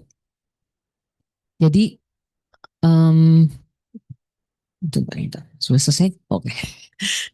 Jadi sebetulnya kita yang menentukan itu, Bu. Kita tidak bisa melepas itu pada anak-anak, tidak bisa meminta mereka mengerti. Ngerti dong kamu, nggak boleh lama-lama main handphone, nggak bisa. Mereka tidak punya kontrol, mereka hanya bisa menerima, meniru, adopt gitu. Jadi tapi untuk mereka adalah sponge yang sangat baik untuk apapun yang dilakukan oleh orang tua. Jadi kalau kita kepingin mereka baca, kita harus menunjukkan bahwa habit membaca buku, majalah, koran itu kita lakukan dengan sangat taat gitu. Kalau enggak, mereka enggak akan melihat itu sebagai hal yang penting. Dan ketika mereka sedang membaca, kita juga sebaiknya tidak berada di dekat mereka dengan memegang handphone. Kalau mereka membaca, kita harus membaca juga. Karena kita harus jadi supporter anak kita. Kita kepingin anak kita baca, so ya tolong didukung itu dengan kita membaca juga.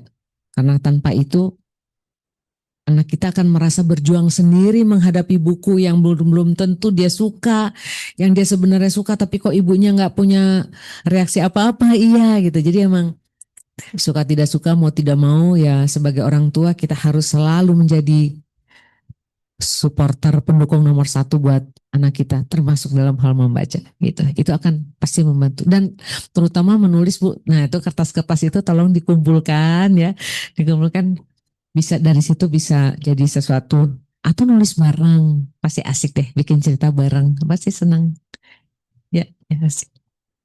Mudah-mudahan menjawab ya. Mari. Iya, ada yang mau bertanya lagi tadi? Di belakang. Yang di belakang ini ya, di sisi sini tadi. Yang di belakang sana yang iya. Baju hitam. Pakai baju hitam ya, Bu ya? Iya. Betul. Rodong pink.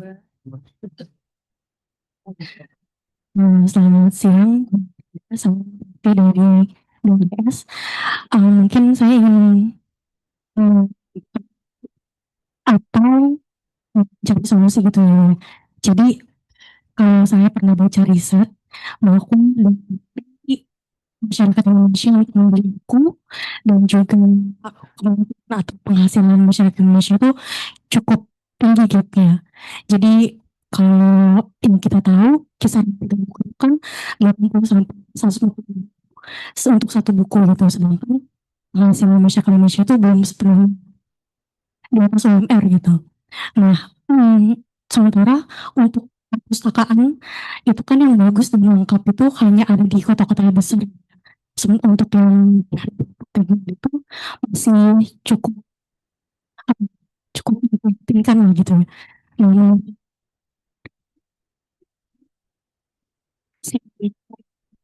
Ada masyarakat itu makin tinggi dan juga kebangsaan atau kebangsaan itu semakin inklusif gitu Bu, bukan hanya untuk masyarakat yang mampu saja gitu. Terima kasih Rena. Terima kasih pertanyaannya, unek-uneknya. Terima kasih. Indonesia itu luas banget ya, memang. Nggak cuma di luar Pulau Jawa saja, di Jakarta aja gitu. Pernah namanya kesediaan buku, kemampuan membaca buku pun di daerah-daerah tertentu sangat-sangat memprihatinkan juga. Jadi lalu kita bisa buat apa? Memang perpustakaan sebaiknya ada. Sebaiknya memang banyak instansi, kan instansi-instansi itu ada di seluruh wilayah ya. Sebaiknya itu punya, kita ngomong sebaiknya ya, sebaiknya punya perpustakaan. Seperti dan bekerja sama dengan pihak-pihak lain. Ajak pihak swasta deh gitu kalau misalnya mau buat perpustakaan. Minggu lalu saya baru pulang dari daerah ring satunya IKN di Sepaku dan buat workshop menulis buat anak-anak SD di sana, 8 SD. Daerahnya bukan daerah yang sama sekali jauh tapi penampilannya dari IKN. Itu memang kampung gitu, jalannya jelek gitu. Sekolahnya juga bukan sekolah gedung, tapi di sana ada pihak yang membantu gitu. Jadi saya diundang oleh sebuah badan dan badan itu mendorong untuk sekolahnya punya perpustakaan kecil, punya pojok baca. Jadi mereka menyumbangkan buku lalu mereka ini mengundang orang-orang lain untuk ayo sumbang buku ke sekolah-sekolah ini gitu. Nah, kita butuh tuh orang-orang yang kayak gitu dan butuh juga sekolah-sekolah yang mau bekerja sama. Atau segemas kita sendiri yang mulai. Sulit kita minta orang lain ajakin nggak mau, kita mulai sendiri aja.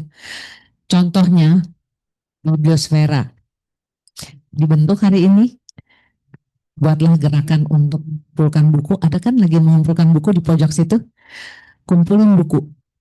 Lalu cari daerah-daerah yang teman-teman rasa harus punya perpustakaan, lakukan itu. Kerjasamalah dengan penerbit. Teman-teman tahu nggak, penerbit itu kalau kita beli langsung dan kita bilang kita mau reseller atau kita mau sumbangkan kepada perpustakaan, mereka akan memberikan diskon yang lumayan besar, 35% dari harga buku yang ada yang tertera di situ. Itu lumayan banget loh. Buku saya tuh kios pasar sore harganya 59, nggak nyampe 70, nggak nyampe 60 bahkan.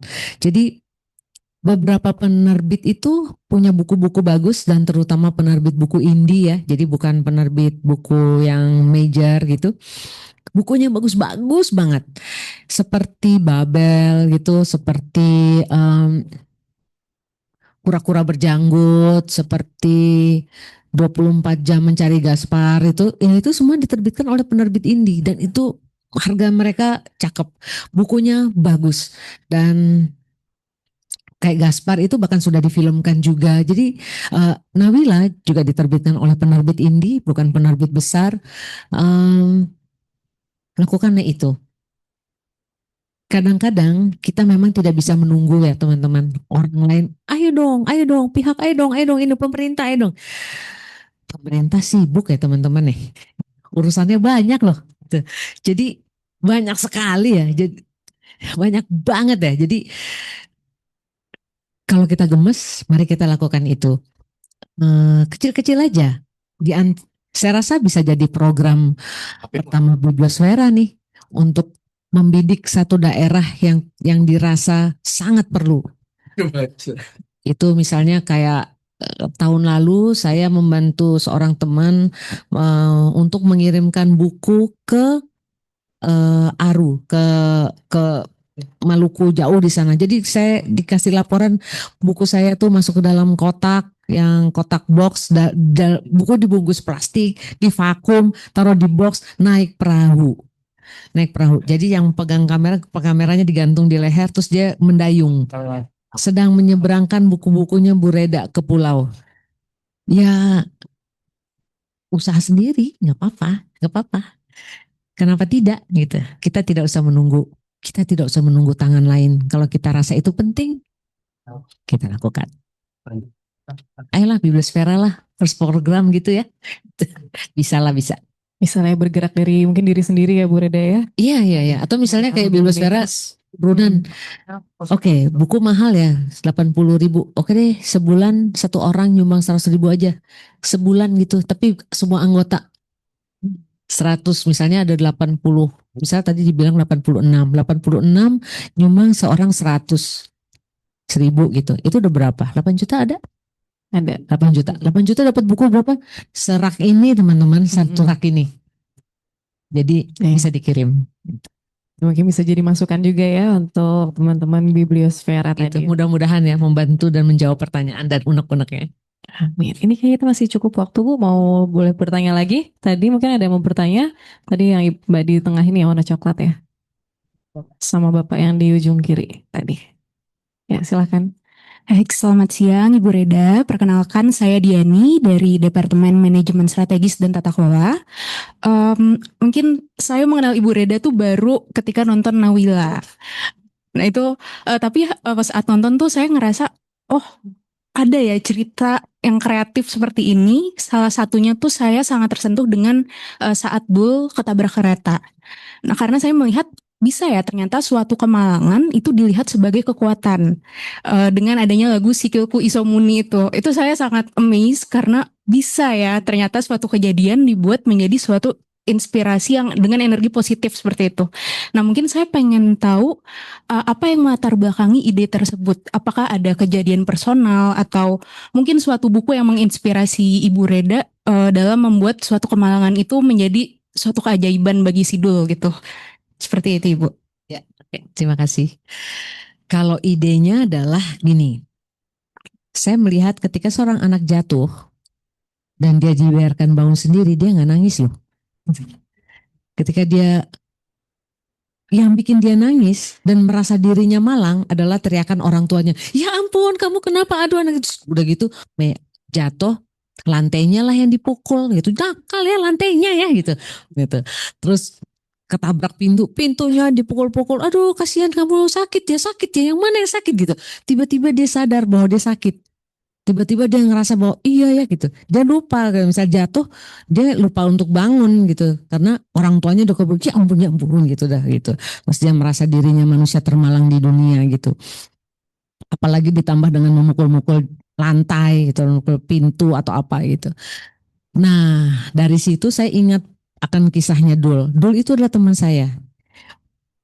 Tapi dia sudah tutup usia 2018 kalau tidak salah ya. Ketika dia mengalami kecelakaan itu, satu kampung, satu gang Kerembangan itu bersedih sekali. Sedih dan devastated gitu ya kalau orang Kalongan bilang gitu ya. Nah jadi kayak gimana anak itu nanti bagaimana gitu. Tapi ketika Dul ditengok di rumah sakit, itu persis seperti yang adegan itu. Dia nggak ada di kamarnya, dia lagi lari kemana, rumah sakit itu besar sekali tempat dia dirawat. Nah waktu dia pulang, dari ujung jalan dia sudah bangga sekali dengan kaki kayunya. Jadi Dul tidak, saya juga nggak ngerti, kayaknya Dul itu tidak punya ibu, jadi dia tinggal bersama ayahnya. Ayahnya sangat sibuk dan ayahnya tuh pedagang, kalau nggak salah bekerja di pasar lah itu. Jadi dia kayak menangani itu sendiri. Jadi kami tetangga-tetangga itu datang silih berganti menjenguk gitu. Tapi di menjenguk juga entah bagaimana semua kok jadi kayak nggak bilang wah kasihan ya, gimana bengkak, sakit, atit, atu, waduh, nggak kayak gitu. Tapi kayak ya udah nanti kok sembuh kita begini, nanti sembuh gini gitu. Nah jadi ketika dia selesai dengan proses penyembuhannya, dia pulang, wah jalannya gagah sekali gitu. Dan setelah itu yang dilakukan dulu tetap ngejar layangan, tetap manjat. Dan kami di rumah Sekerambangan itu tidak apa-apa, ibu saya sangat cinta dengan tanaman-tanamannya. Tapi kalau Dul sudah mengejar layangan dan nerobos tanaman itu, mak saya nggak bilang apa-apa juga. Biarin aja udah gitu. Setelah kakinya mengalami putus itu, dia sempat patah tangan juga. Tapi apakah menghentikan Dul? Enggak. Jadi dari peristiwa itu saya ingat karena saya ngelihat gimana. Jadi itu saya pikir positif, anak-anak kita semua punya energi positif gitu. Tapi yang membuat anak menjadi merasa down, merasa malang, merasa runtuh, itu saya pikir orang dewasa deh. Orang dewasa deh yang kayak bikin kayak, oh ya kamu kasihan banget loh, kamu anak yatim ya nggak punya siapa-siapa. Langsung dia merasa iya saya nggak punya siapa-siapa, hidup saya malang sekali. Padahal kalau dia bilang, kamu masih punya, kamu ayahmu ada gini, kamu bisa ini, bisa ini. Ketika itu yang diberikan pada seorang anak, dia tiba-tiba melihat bahwa itu sebagai hal yang sangat positif dan oke gitu. Kayak dia nggak punya, dia tidak punya kosakata kemalangan gitu. Saya rasa kosakata malang, sial, apa itu datang lewat pelajaran hidup dan bagaimana orang di sekitar kita mengkondisikan, membuat kita merasa malang. Ketika seseorang tinggal di kampung merasa kayak misalnya tadi contohnya, gila ya nggak ada buku ya di kampung ini, susah banget ya kita ya gini gimana, aduh alangkah malangnya kita. Iya malang bener udah. Tapi kayak misalnya ketika gila kita kalau kita punya buku, aduh asik gimana caranya supaya punya buku ya. Apakah kita bisa kumpul uang untuk beli buku 1-2 buku? Bisa seperti itu penanganannya. Jadi saya rasa ini tergantung dari bagaimana kita memandang sih. Dan saya belajar banyak juga dari teman-teman saya itu, dari Dul, bagaimana dia menghadapi. Saya melihat Dul sangat positif itu justru ketika saya sudah berumur 30-an lebih itu, ketika saya punya anak saya. Bagaimana ketika saya jatuh, anak saya jatuh, lalu saya tuh udah mau gitu, terus ibu saya tahan, ayah saya nggak biarin. Dan dia lupa nangis, dia nggak lupa, terus dia bangun, terus dia malah hehehe. Terus dari situ saya belajar, jadi anak saya belajar dia lemah bukan dari dia sendiri tapi dari saya. Kalau sampai dia merasa lemah tuh karena saya yang menanamkan itu. Saya belajar banget itu dan itu mengingatkan saya pada Dul, dan dari situ saya menuliskan Nabila bersama Dul. Gitu. Mudah-mudahan menjawab. Makasih. Satu pertanyaan lagi Bu. Boleh, tadi ada yang bertanya Bapak. Silakan. Boleh mic-nya.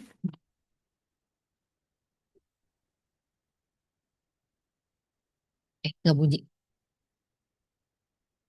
Ya, selamat siang Kak Areda. Selamat siang. Nama saya Aan. Saya masyarakat umum, saya karyawan dan saya juga nulis blog. Cuma kadang-kadang sering nggak diupdate.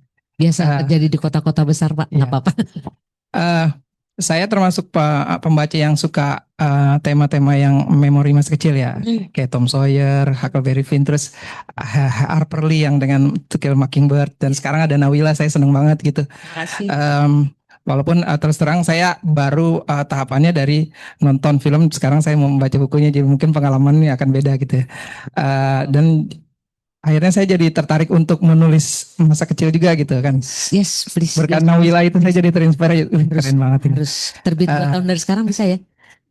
Amin. Pertanyaan saya, karena mungkin saya khawatir nanti keburu lupa gitu. Soalnya masa kecil saya juga ada yang pengen saya ini gitu saya share. Jadi saya nanya soal tipsnya gitu ya, karena terutama kan sekarang namanya bertambah usia, jadi apa sih fokusnya jadi rutinitasnya, jadi ketika saya nulis kan saya akan memposisikan diri saya sekarang masa kecil dari saya yang sekarang udah segini, terus saya memposisikan kembali mengunjungi saya yang masa kecil, gimana saya menciptakan apa sih kembali gitu yang keceriaan itu gitu, seperti Nawila itu gimana tipsnya gitu. Terima kasih. Oke Pak, terima kasih. Supaya tambah semangat ya, orang-orang yang menuliskan masa kecilnya itu di kita sangat sedikit Pak. Apalagi dalam format seperti Nawila, jadi dalam bentuk novel. Mungkin nggak nyampe 5 buku, 5 penulis yang melakukan itu. Dan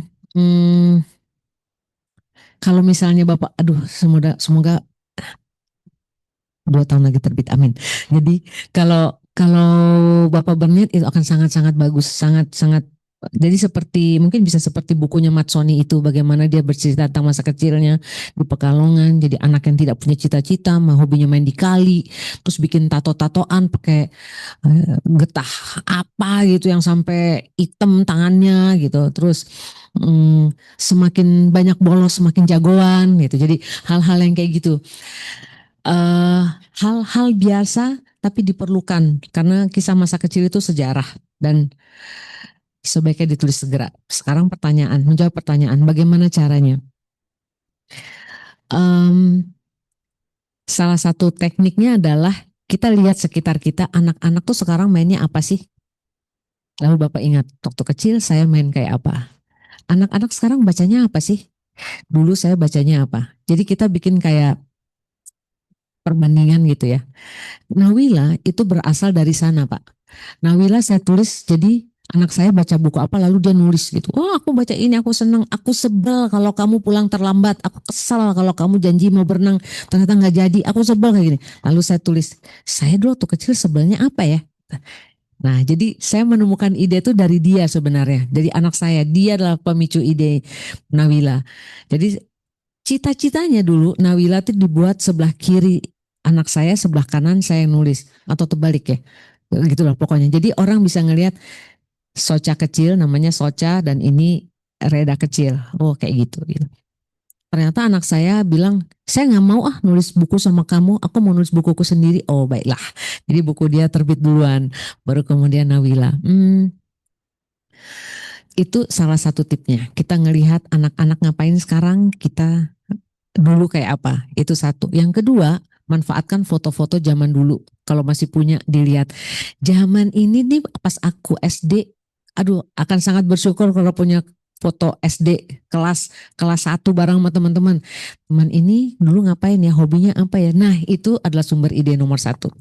Kedua adalah buku-buku yang buku-buku yang kira-kira bisa mendorong seperti ini, bisa mendorong karya Bapak nanti. Nawila mungkin bisa kalau nemu buku judulnya Nicholas dari René Goscinny. René Goscinny itu pembuatnya Asterix dan Obelix. Itu cerita tentang anak laki yang bandelnya bukan main. Dan menurut saya, dan saya menjadikan itu inspirasi karena ternyata nulis cerita tentang anak bandel yang tidak berbuat baik itu tidak apa-apa gitu. Jadi kenapa tidak gitu? Itu saat itu. Terus kemudian Toto Chan bisa dibaca juga, tapi Toto Chan anak perempuan ya. Kalau Nicholas tuh full asli deh, asik banget. Atau punyanya Erkan Narayan, Malgudi series, itu juga seru banget tentang anak-anak kecil di India, di daerah yang cukup jauh di pedalaman, bagaimana mereka menjalani hari-harinya. Atau buku masa kecilnya, saya nggak ingat judulnya apa, tapi bukunya Kembang Manggis, dia baru terbitkan baru terbitkan buku anak-anak juga. Itu akan sangat membantu, akan membantu kita gitu. Jadi itu sama ngobrol dengan teman sesama seumur kita, zaman kecil kita dulu ngapain ya gitu, atau dengan orang yang lebih tua yang mengingat ketika kita kecil. Kadang-kadang kita lupa kita kecilnya kayak apa, tapi orang yang lebih tua tuh ingat tuh, kamu tuh dulu buset deh gitu, ke bandelnya pecicilannya bukan main gitu. Nah itu sangat-sangat membantu juga. Dan buat target kayaknya Pak, yang pasti buat target. Kalau kita tidak punya target, kadang-kadang lost tuh, terus terlupa dan repot nantinya mengejarnya lagi. Menulis memoir tuh saya umpamakan seperti kita berenang gaya punggung. Kita tuh majunya ke sana, ke sebelah sana, finalnya di sana, tapi kita melihat ke sana, ke arah. Jadi kan kita majunya gini, tapi sudut pandang kita yang membuat kita lurus adalah yang jauh di belakang sana, masa lalu kita itu. Jadi begitulah cara menulis, membuat proses buku untuk masa kecil kita. Jadi kita punya target, kita mau nulisnya kayak gimana, babnya mau bagaimana, selesainya kayak apa, tapi cerita kita ada di sana dan itu yang menjadi titik yang membuat tulisan kita relevan dan oke gitu. Itu sih Pak. Mudah-mudahan bantu ya. Sudah menjawab Pak.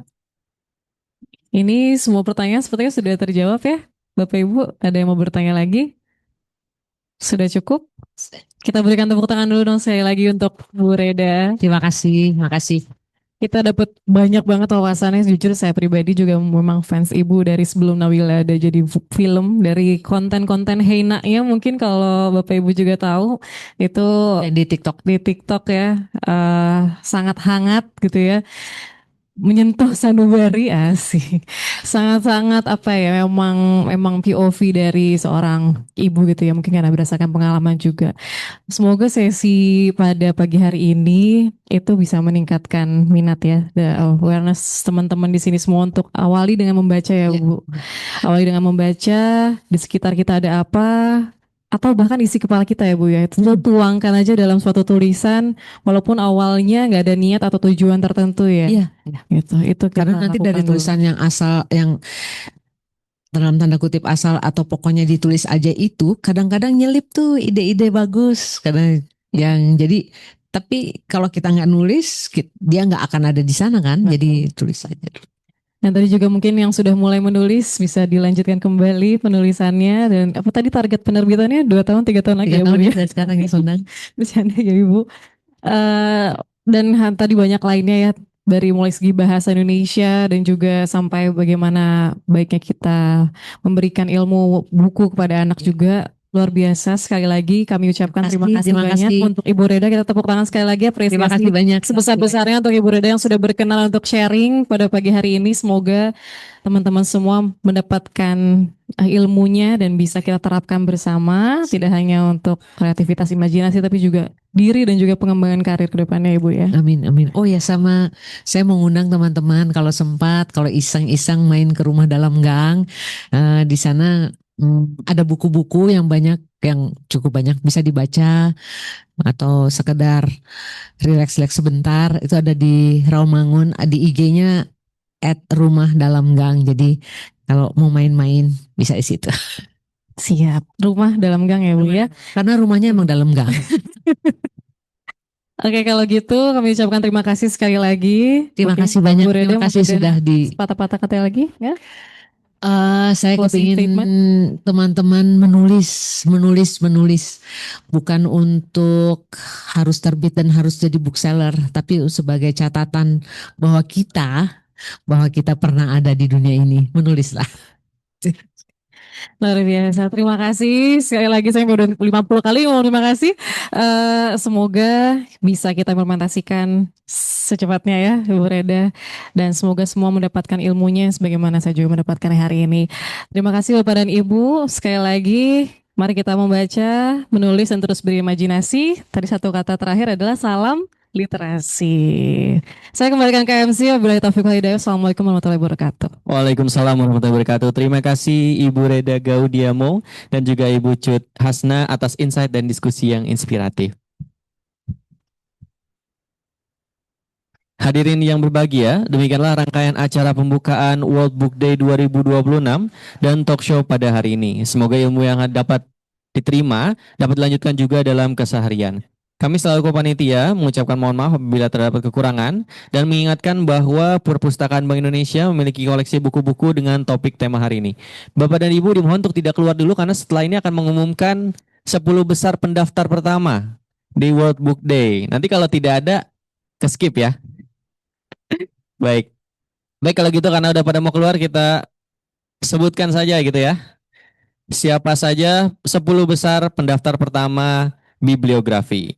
Yang pertama, oh iya mohon maaf ini Bibliosfera. Duh, banyak acaranya Bapak Ibu. Baik, yang pertama, Mas Reski Ridwan dari DLDS. Boleh berdiri Mas Reski Ridwan? Apakah masih ada bersama kami? Oh, Mas, oke. Nanti boleh ini ya, nanti sama panitia. Sama panitia langsung dibagikan, jadi Bapak Ibu boleh langsung berdiri saja. Itu yang sebelah sini, Bapak dengan baju biru. Oke, yang kedua, Ibu Elizabeth Simanjuntak dari Dekom. Apakah ada? Boleh berdiri Ibu, nanti akan langsung dibagikan oleh panitia. Yang ketiga, Ukhti Aprilia Fani dari DPKL. Oke, baik, terima kasih. Selanjutnya yang keempat ada Ibu Aulia Nur Hasanah dari DAI. Apakah ada? Boleh berdiri Ibu, biar langsung terlihat oleh panitia dan dibagikan. Tadi sudah berapa? 1, 2, 3, 4. Kelima, Ibu Vira Laksmi Wicaksono dari DHK. Ada? Apakah ada Ibu Vira Laksmi Wicaksono? Tidak ada? Kita skip ya. Baik, ini masih yang kelima, Bapak Dewangga Syahputra dari DMR. Apakah ada? 1, 2, 3, hangus. Masih yang kelima, Bapak Faris Bagaskoro dari DPID. Boleh, wah luar biasa. Terima kasih masih bersedia di sini. Kemudian nomor 6, Ibu Regina Dita Bismarck. Apakah ada? Dari DHK. 1, 2, 3, tidak ada. Ini masih ke-6, Ibu Yeni Pratiwi dari DMR. Apakah ada? Tidak ada. Ibu Yuri Zumara dari DPU. Tidak ada. Oke, lumayan banyak ya. Kesempatannya jadi makin banyak nih. Masih ke-6, Ibu Rachel Loisia dari DPKL. Oke, luar biasa. Nih beruntung sekali Ibu nih urutan ke-11 tapi masih banyak nih sebenarnya. Oke, selanjutnya nomor 7 berarti Ibu Nizar Taufikur Rahman. Apa Bapak Nizar nih? Mohon maaf. Bapak Nizar Taufikur Rahman. Silakan berdiri Bapak dari BINS ya. Oke. Selanjutnya nomor 8 Ibu Firda Mairani dari DPU. Apakah ada? Oke, tidak ada. Bapak Dewandra Sabto Prasetyo dari DAI. Oke, terima kasih Bapak. Ke-8, selanjutnya nomor 9. Bapak Ferry Febriansa dari DMST. Oke, luar biasa. Terakhir nih. Berdoa ya. Kalau yang agak jauh-jauh berdoa nih, terakhir. Tadi Bapak Ferry. Selanjutnya Bapak Dimas Kristianto dari DQ. Ada? Tidak ada. Masya Allah langsung dikabulkan ya. 1. Oke. Selanjutnya Ibu Yeni Safitri dari DPPT. Ada? Wah luar biasa. Ini berarti yang tadi berdoa bapaknya nggak ada kali ya? Nggak ya, bercanda ya. Baik, terima kasih banyak Bapak dan Ibu sekalian. Baik, iya. Baik, demikianlah rangkaian acara kita pada hari ini telah berakhir. Sebagai informasi bahwa Workbook Day masih akan berlanjut.